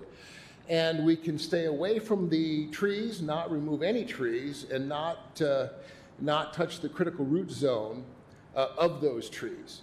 And they voted unanimously to have us not affect the trees. Go ahead and put it in the slope. We can manage that. We can manage the surroundings of the buildings, and then stay away from the critical root zone. So that's what it would look. Those are the trees. What the circles are the critical root zones. This is some of the guideline stuff that we went. So just perspective of how much we're talking about. Very small. 370,000 total square feet of slope on that side. We're potentially disturbing 1,500 square feet, but the building is really only about 500 square feet, 0.5%. Just some general 2.5% of the property, now we're talking 1609 Whites, is woodland. None of that is touched. And we have 735 total trees. Potentially disturbing 1 to 3, that was before we moved it. That was the slide from the NFP. We decided to keep it out of the critical root zone, so that will be 0 now if this is approved. And then we won't cut any trees down if it's approved here tonight to where the NFP approved it to go. Just a map of where the slope runs, and the pump station would be in that beige circular looking thing right in the middle of the red slope line. So there's no trees there. We excavated out a little bit, build the building into the slope. A lot of it would be covered, and it would house the pumps there. We also discussed the intake that has to go from the lake into the pump station, and we checked with our contractor. We are going to directional bore, a 24-inch pipe. They can do that. The reason for going that way is to not disturb any of the soil along the lakeshore. We don't want to dig, right? You never want to dig along a lake. And so they can directional bore underneath, out into the water, all the way to the pump station, which will actually keep that pipe then under the critical root zones as well. So more expensive option, but a much better option. So, and the state likes that too, right? All right, so these again, critical root zones, all right. And then just to kind of showing what we have here for trees, and you can see where the pump station is going to be. We're keeping all of those trees, and that should be about it. Cross section of how that pump station will look. What you're seeing there, the intake line, which is the long horizontal, is under the land and then into the water. And then you can see the surface, the water surface up on top. That pipe needs to be a minimum of 10 feet below the water, below the surface of the water, and it will be significantly under ground by the time it gets to the pump station, as much as maybe 18 feet. So well under the critical root zone of those trees. This is what the site looks like. You can see the trees. You can see we've got kind of some stakes outlining about. Actually, that's the original. It'll be up just a few feet from that, further away from the camera to make sure they wanted to make sure we were far enough away to be out of the critical root zone. We said no problem at all. And so we'll move that just a few more feet the other way to make sure. But that's kind of what, so you can see what I did here. So if there is a house up on top. What you're looking at, the front two stakes are like the level of the roof. So it'll be excavated out, dug into. That's as high as it's going to get. So nobody from above, no neighbors, they won't be able to see that at all. Looking at it, that important to us too. Nobody wants to see it anyway. So it'll be set back in there into the ground, mostly covered. It's not a, it's a utility building basically. Little side view.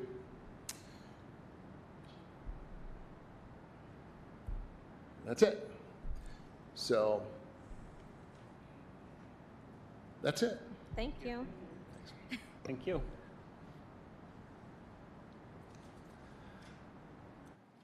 All right, where am I getting to?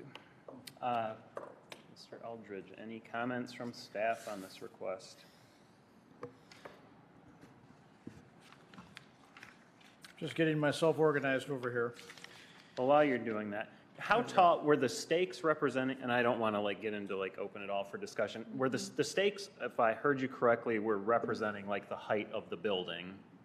That's correct. Those were 8-foot 2x4s, Okay. where that was, and we were basically going down under that about 5 feet to get to where we need to have our pad.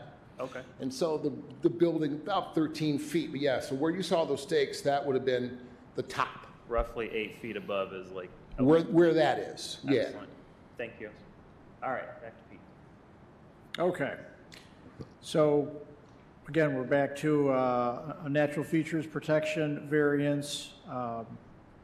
For this pump house, the existing pump house is much smaller and is in need of replacement, and they're going to need something larger, clearly, for this golf course expansion.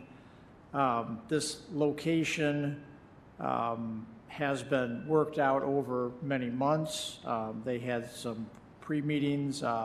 J.J. Henn came in and met with myself and Nolan Bergstrom, the community planner, who's also the liaison to the NFP board, to talk, in concept about where this pump station should go. And then we provided some initial feedback, and then they came back with a tree inventory, which confirmed that there's a bunch of oak trees, a grouping of oak trees, those might be all oaks right there, and that those are protected trees. So not only do the trees need to remain, but they also need to stay outside the critical root zone.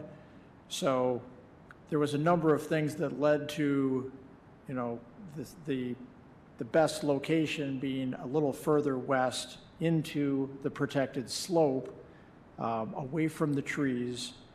And obviously, it's got to be in somewhat close proximity to the lake because of the pipe connection.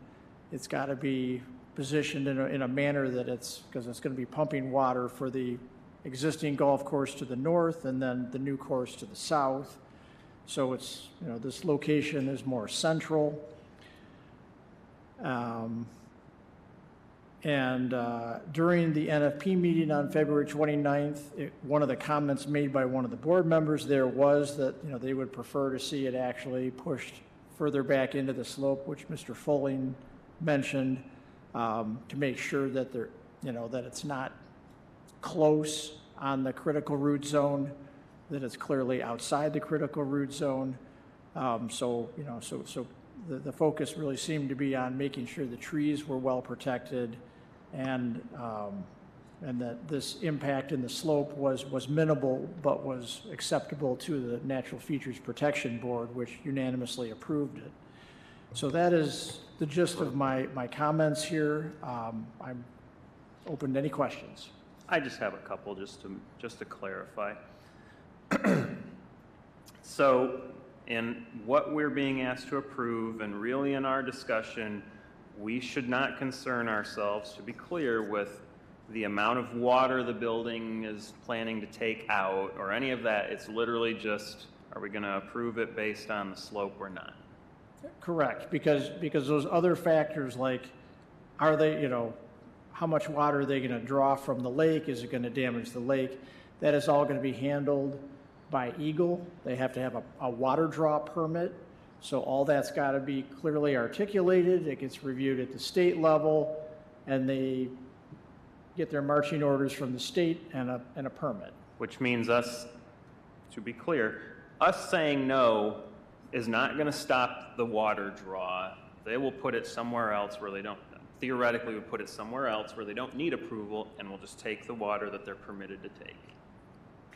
Well, and the reason I'm asking is because we did have one person, I think, who sent in an opposition, who was concerned about the water usage for the most part, and I'm trying to address that so that I understand what our issue we're dealing with, and the water issue is somebody else's purview. Well, and there was some comments made in the NFP meeting about water usage and efficiency and the improved technology over the sprinkling system on the golf course currently. So I don't. But ultimately, our disapproval, if we did not approve it, will not stop that end of it. It'll happen one way or the other in some form. That's what it's more of a statement that you can Yes. either agree or disagree with. Yeah, so when you, that's a good, yeah. So So I don't want anybody watching who follows up with this to think we don't care. It's just outside of our pay grade, so to speak. well, it talks about reasonable use of the parcel for which it's zoned, and recreational uses are a permitted use in these residential zone districts, and a golf course is a recreational use, and the need for irrigation is part of a golf course. Excellent. Thank you. I guess we're all set, John. Thank you. Thank you very much. I was just wanting to make sure we all clarified based on that. Excuse me. Thank you again, Pete. I'll now open it up to the public hearing portion and invite those who wish to speak to step up and do so. In favor, wishing to speak in favor. Anybody wanting to speak in favor? No rush to the microphone. Anybody wishing to stand up and say something against the request? Now you may do so. Nobody? Don't we all feel offended that the news took off for this request? Yes. This is important too.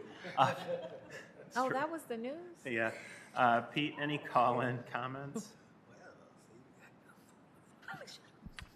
Checking right now. And the line is open. And we have no call-ins for this case. Thank you. Any further discussion needed? Any other information needed before we move on to a finding of fact? Any more questions for the applicant, for Pete? Excellent. Gary, you want to make the finding of fact or motion for? Yes, sir, I will. I move that the finding of facts for 1609 Whites Road, which shall include all information included in the notice of public hearing dated February 28, 2024, and the agenda packet staff provided for this request. 117 notices of public hearing were sent out. One response was received. The response that was received was by Nina Bosner of 3614 Knox Street in opposition. Speaker for this variance was John Fuller. He's a superintendent at the Kalamazoo Country Club. We did get an approval by the NFP Review Board in regard to this variance. The pump service will service both sides of the course, and it will be hidden well. It will remove one of the existing pumps that's already up and running. It will affect approximately 500 to 600 square feet on a man-made slope. They are not removing any trees or damaging any root zones. There's going to be a direct bore to the water source, and for me that's pretty huge because they're not digging up anything. It's just, a direct bore kind of going under and pushing it through. So no one present for or against this variance, and there were no call-ins, and that is the finding of fact. Anybody want to make a second on that? I second that. Thank you. Any discussion on whether we need to add anything to the finding of fact or delete something? I thought that the presentation said that they're going to remove 1 to 3 trees. You said none. He said that No, they based cannot. on the original idea of where the building was going to go, it might affect 1 to 3. Okay. But that because of the input from the NFP people, they pushed it back and is outside of that now. And they said no. Yes. And I think you said, yeah. Yeah. That's a good question. No, I'm glad you brought it up. Well, good. Then I guess we can take a voice vote. All those in favor of of approving the findings of fact, say aye. Aye. Aye. Aye. Opposed? Nay.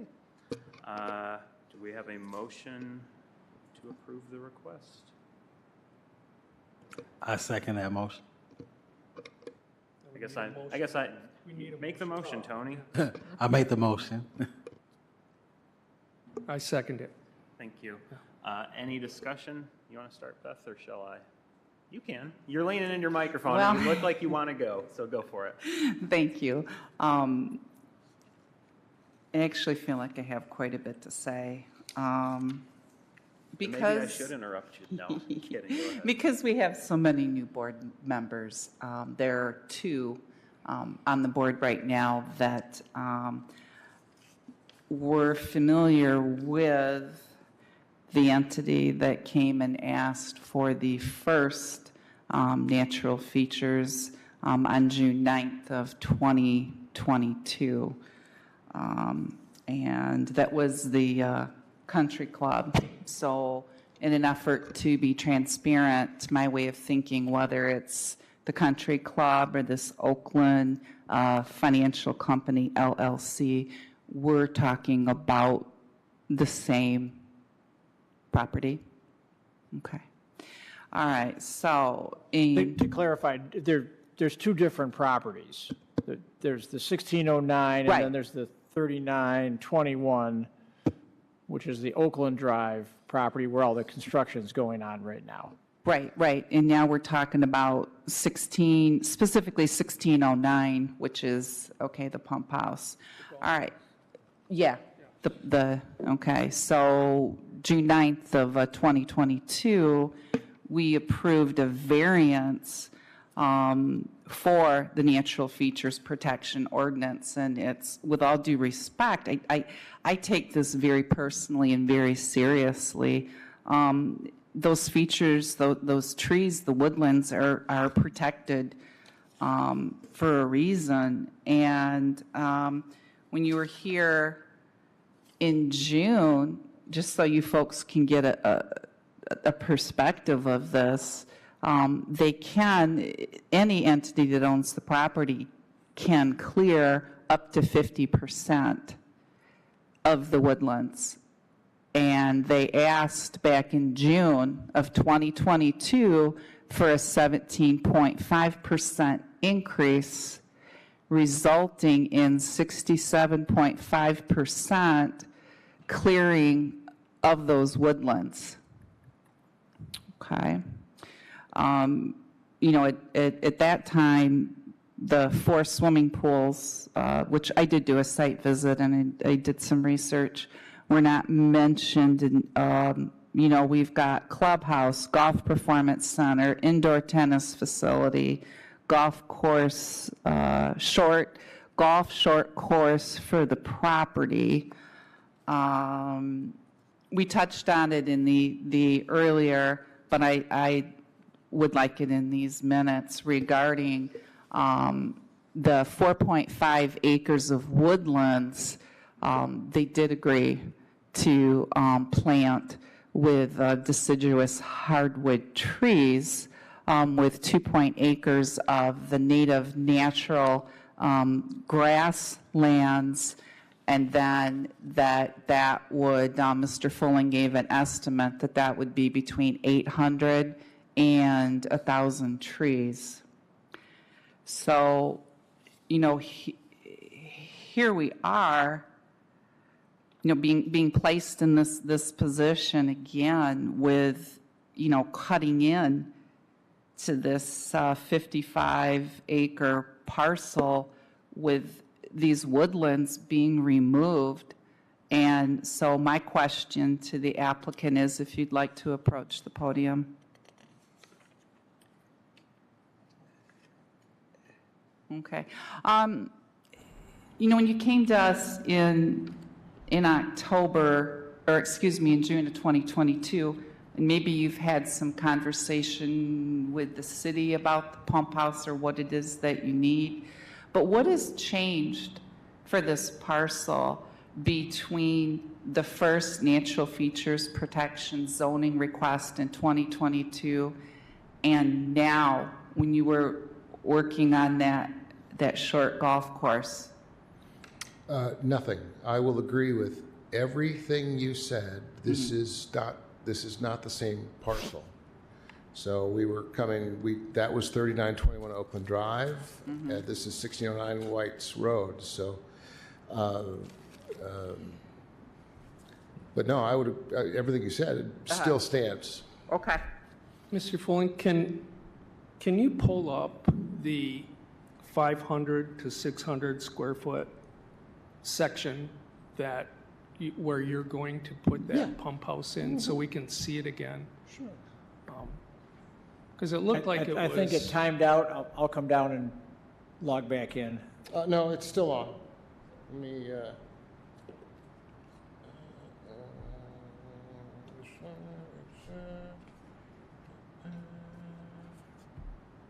there we go.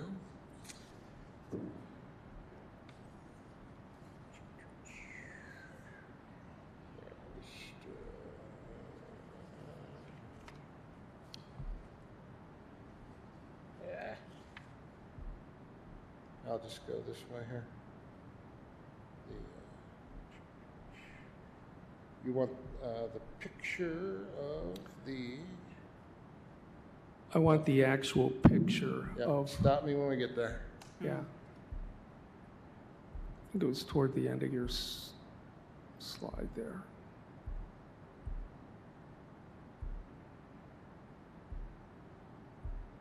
There. Yep. So that's what we're looking There was at. another one after it as well, right? That just A side view, yeah. Yeah.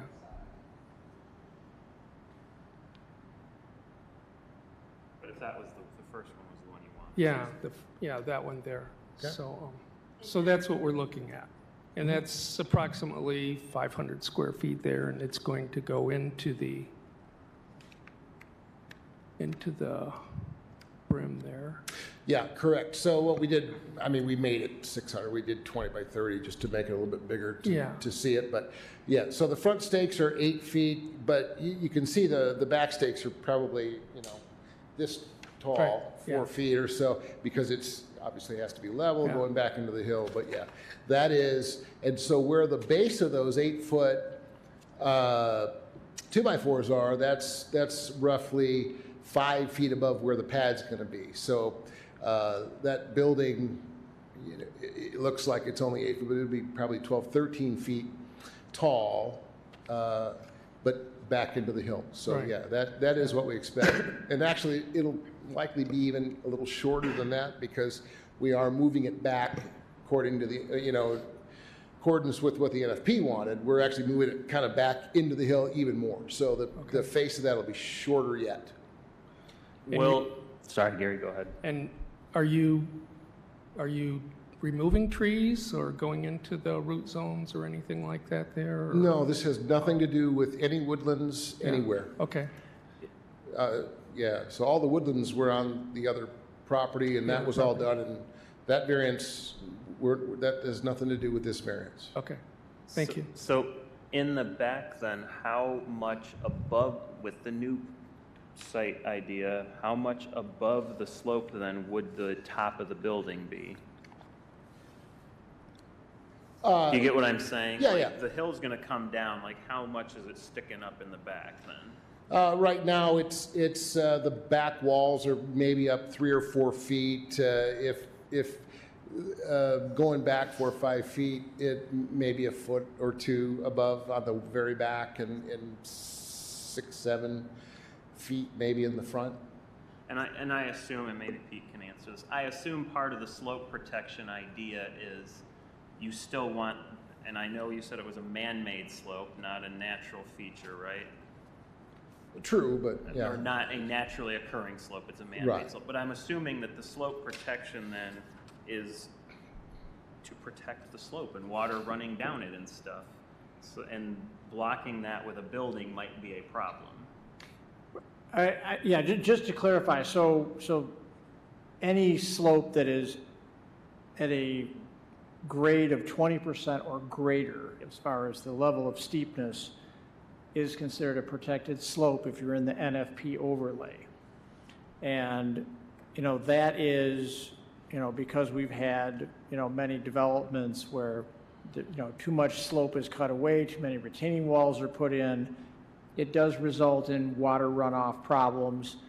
But the intent of the Natural Features Protection Ordinance is, more thoughtful development. It's not no development, it's more thoughtful and coordinated development to preserve these areas. So really what we're looking at is, I guess so your question really is, does this structure being inserted into this, this sloped area that exceeds 20%, is it going to cause any water runoff issues?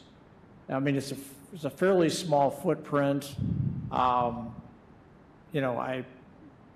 think we've got, all those other pictures of the grass areas to the left and the right of it. So it's really, the water runoff is just going to sheet drain into the grass on both sides. So, and to follow up on a point you just made about the retaining walls, is some of the slope protection then meant to prevent the slope from collapsing? Because you've removed the stuff in front of it and just put a terrible retaining wall up? Yeah, I was using that as an example where... I mean, that would be one thing that it's protecting against. Yeah, in this case, they're building right into the hillside, and the foundation walls of the building are essentially, retaining the earth on those sides. Right. And it's a roofed structure, so. Right. It wasn't going to necessarily affect my vote when we were, they just got to learn something. So, Mr. Fulling, I think on the other pump station, you had trees surrounding that, no? No. Like on the shrubs? The current? Yeah. No, I mean, there's because that's in actually a far more severe slope than this one will be. But we've got native grasses, tall grasses up around the slope. It's essentially going to be about the same. You'll have, like that. You'll have your tall grasses around the outside. We'll bring them around the sides of the building. We will actually tree this. We'll actually, not only will we not affect trees, we're going to be hiding it too. So Right. we're going to be putting trees in, plants in. We'll stop all that water, and not that there's that much water, but Right. well, whatever is there, it'll be better than actually probably what it is now, Okay. frankly. Thank you. Did you have any other questions for him, anybody? Beth? No? All right, who's already said something? Do I get to say something? I'm going to be voting in favor of it. I do want to address the letter we got where it was concerned about water usage. I'm not unsympathetic to the position, but it's outside of what this board does. So I'm not basing my vote on that because it's not really up to us. But I'm voting in favor because for all the reasons in the staff report, I don't really need to belabor them. I have a question about when we talk about how it's beyond our purview. I feel like I don't see it that way. And if I need to be corrected, if that's disordered, I'd like to be corrected. And again, my positions are not in opposition to you, or it's not that. I'm just standing on my values and my perspectives about development in our community, and that's why I took on this role on this board. Because I think that we have to be, when we are making our decisions, I feel like we have to research so that we can have the full complement of information. And so when you say that's not in our purview or that's not germane to the conversation, I would like to understand from the staff or from the city attorney, what you will have us speak to if we don't take the full complement of information into consideration when we're making our determinations about our vote. I'm gonna not to interrupt you. I do think you're making valid points though, and I know I'm the one who's saying it's, and Pete has said it too, it's kind of outside our purview. Yeah. I think everybody's reasons for the way they want to vote, the things they want to talk about that will impact their vote are completely valid. You vote your own way, and if the things outside of what Pete or I or Charlie or whomever believe we're, that's beyond us, whatever, you're on the board. Make up your mind based on the information you have. But I understand where Pete's like, we're maybe ranging a little far away. Can we come back a little bit? But I explain it's beyond my purview, just to say why I'm voting the way I do.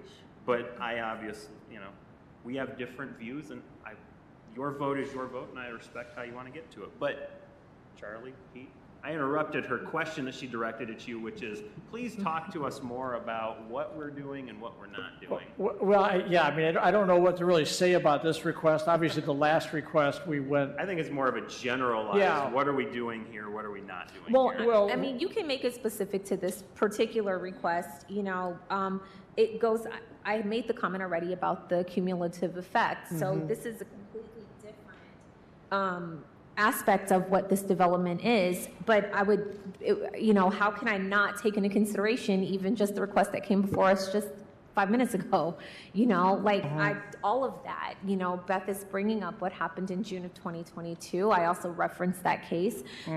This is not just one thing. I'm not talking about just what's happening at the country club. I think the country club is beautiful. I think it's great. However, we don't develop in a silo. When we take away natural features protection, however de minimis it is, we have to take into consideration that you guys might have a, beautifully curated, well-stewarded, gorgeously manicured property, but that's going to affect Edison. That's going to affect the north side, and those communities in neighborhoods are most specifically at risk for climate change. And when we're thinking about regenerative development, we have to take all of that into consideration if we're going to be good friends and neighbors. That's all I'm saying. And I think that's why when we're talking about representation on boards, it's not just to always make this thing the issue about, race or ethnicity, or it's about positioning and how you see things. And that's why that's important to bring up. And that's why my perspectives are the way that they are, because I see things based on being one of the most vulnerable populations, if not the most vulnerable population in this community. I'm a single Black mother that lives in a neighborhood that's at risk for these things. And that's why my view, and I would be remiss and I would be irresponsible to not speak from that point of view. That's why it's terrific that everybody on this board is from a different neighborhood. That way we're getting the diversity. I agree with that. I understand. You're absolutely right. And and it goes back to the scale of a project like this.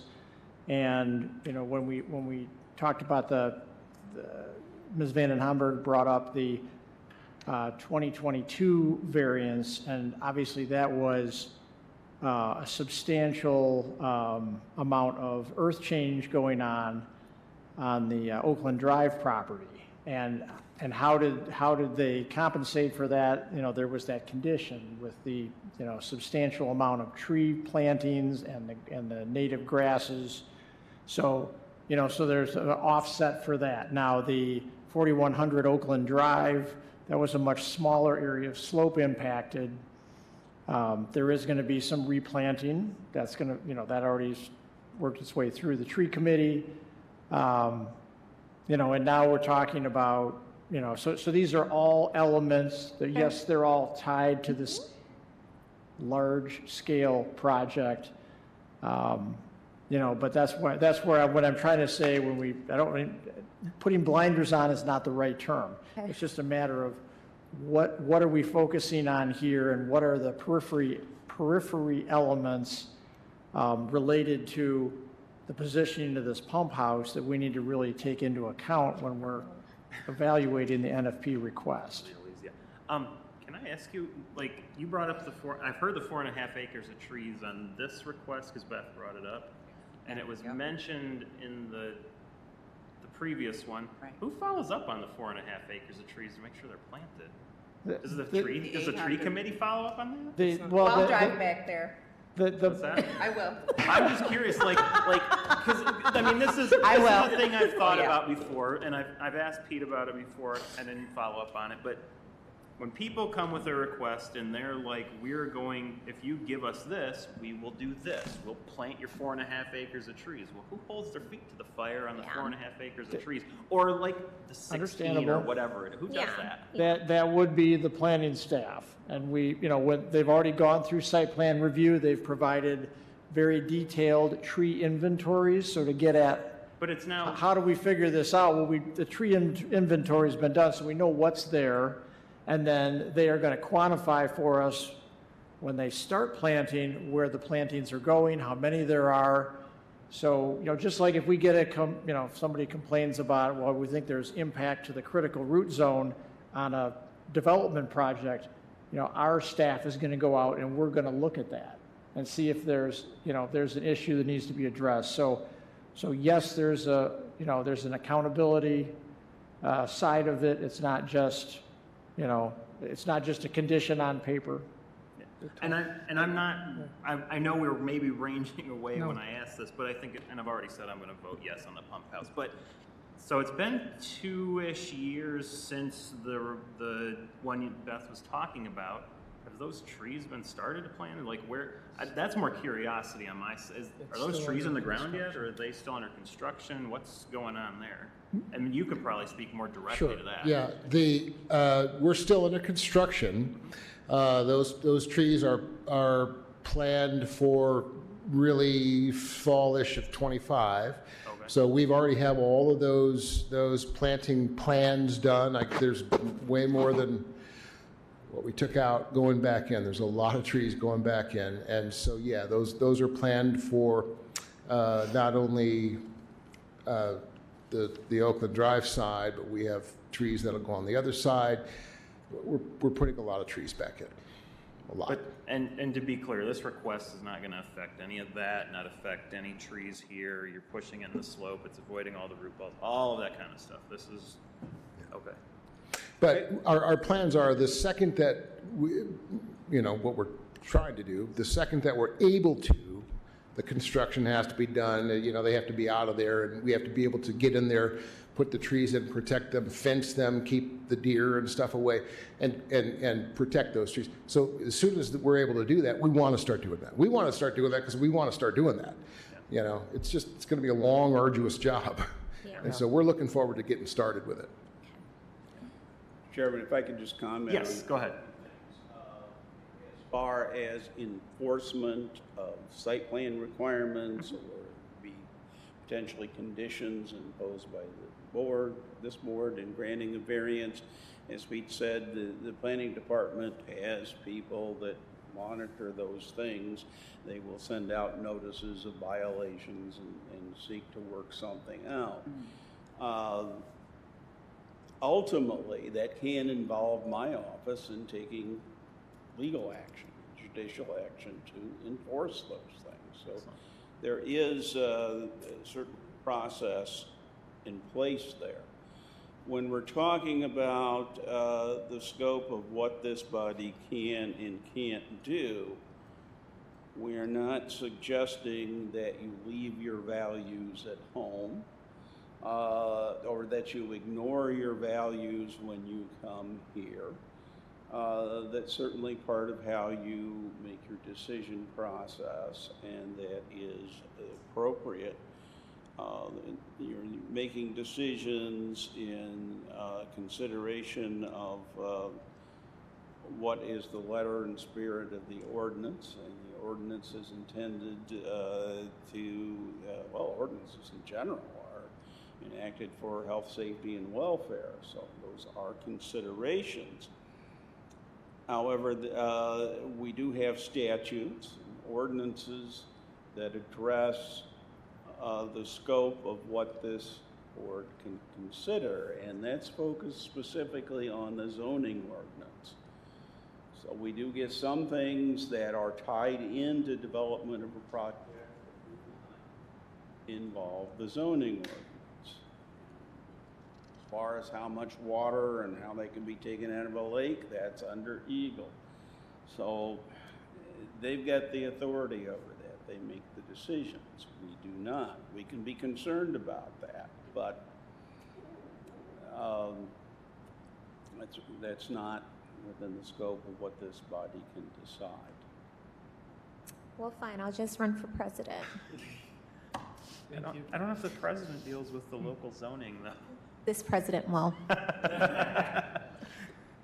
Thank you, Charlie. I don't have any other discussions. Anybody else have any other discussion? I have a comment. Just that, of course, I'll be voting for it, but the fact that it has a stamp of approval by the NFP Review Board and that it's being guided by Eagle, they're both above and beyond what we can do here. Sure. So that's why I'm Yep. really for it. That's the, some of you need to take it up with your legislator kind of question. I tell people that all the time when they complain about the law at work. Take it up with your legislator, don't take it up with me. Did you have any discussion, Tony? No? Thank you. Everything is understandable. Excellent.